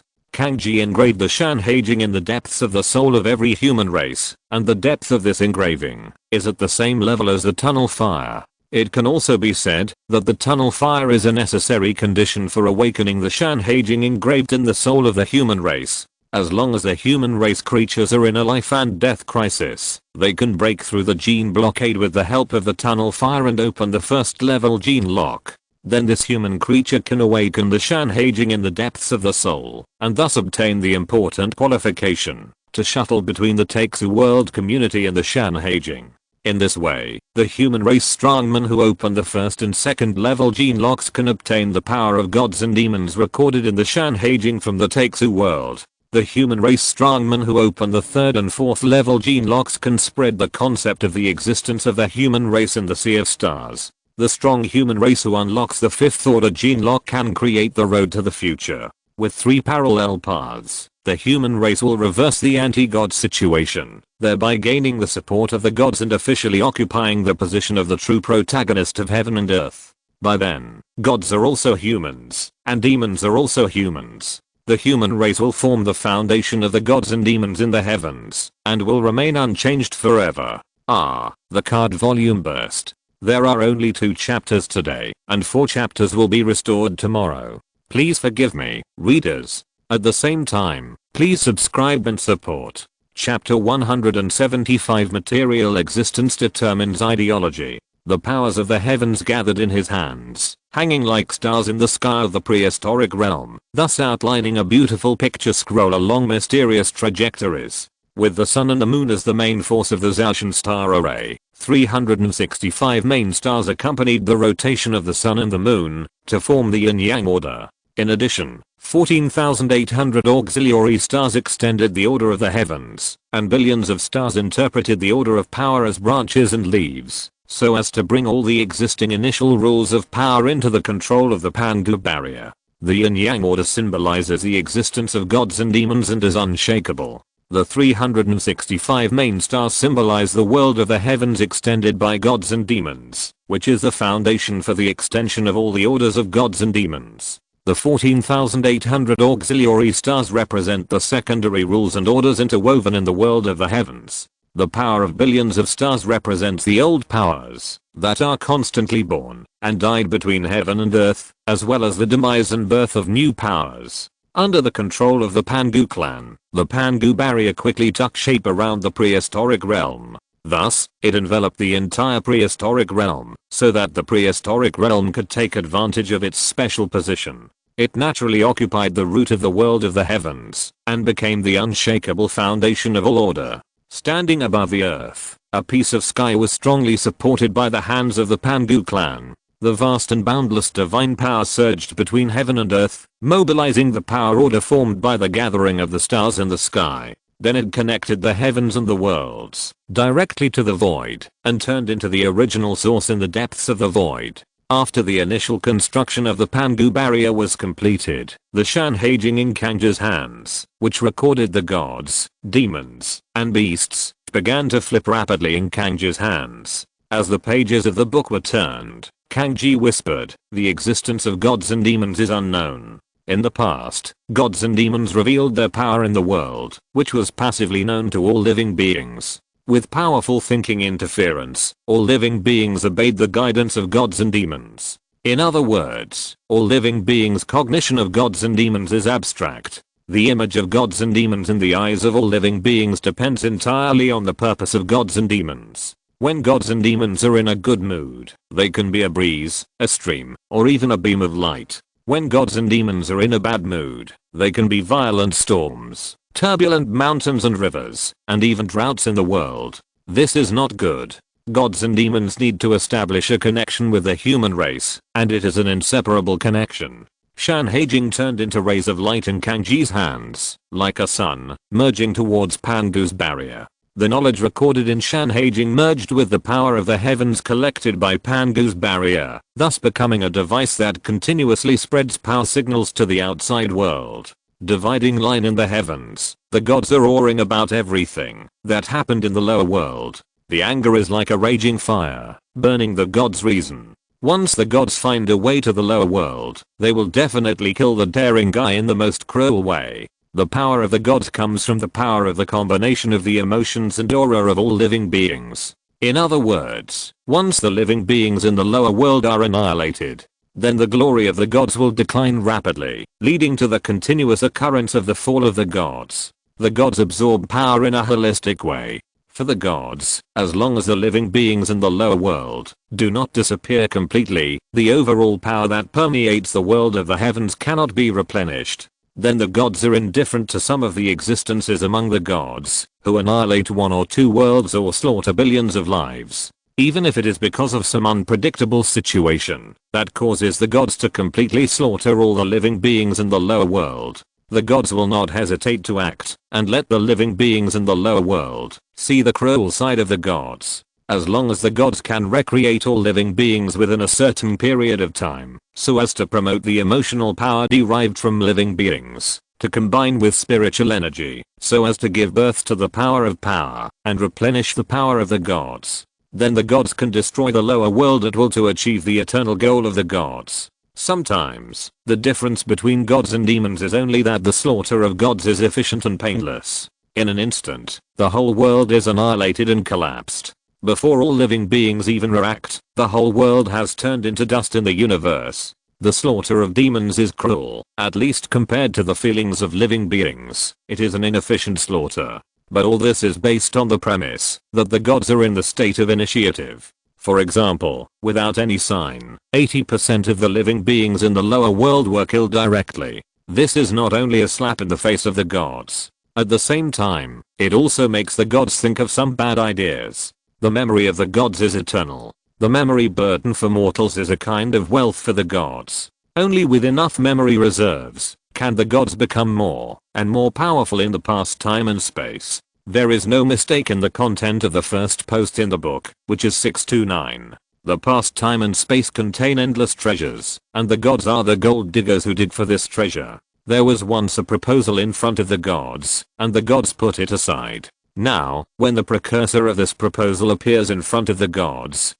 regret it. This proposal is to distort the ideology of the gods in the upper world by changing the form of existence of the material civilization of the lower world. The precursor of this proposal is that the material civilization of the lower world will collapse without the gods' knowledge. Among the gods, except for some ancient gods who have reached the pinnacle of the past time and space and can no longer move forward, they can tolerate the change of ideology as long as they can move forward one step. Most of the gods who have not yet reached the realm of the ancient gods are very concerned about their current state. This distorted ideology is simply to interfere with the existence of a god through uninterrupted brainwashing. This method of distorting ideology can give the ancient gods who are on the verge of death a new life. Complete the life and death exchange of the old consciousness and the new consciousness, so as to step over the realm of the ancient gods and enter a brand new future. But for the gods under the ancient gods, it is a naked event of the age of gods. The reason why this proposal was rejected at the beginning was partly because the gods existed in the past and thus had a certain attachment to the past. More importantly, it was because this proposal was too whimsical. Replacing all the cells in the body to achieve the reshaping of ideology was simply a joke. And now, this joke is presented to the gods. The gods dare not bet on the best state of this proposal. They only hope that everything will return to its original state. At least in this way, the gods can continue to maintain their own glory and not fall. End of this chapter. Thank you very much for reaching the end. Don't forget to like. Looking for more exclusive content and immediate access? Subscribe to our Patreon. Remember, every like, subscription, or donation encourages us to continue. Thanks to everyone. See you in the next video.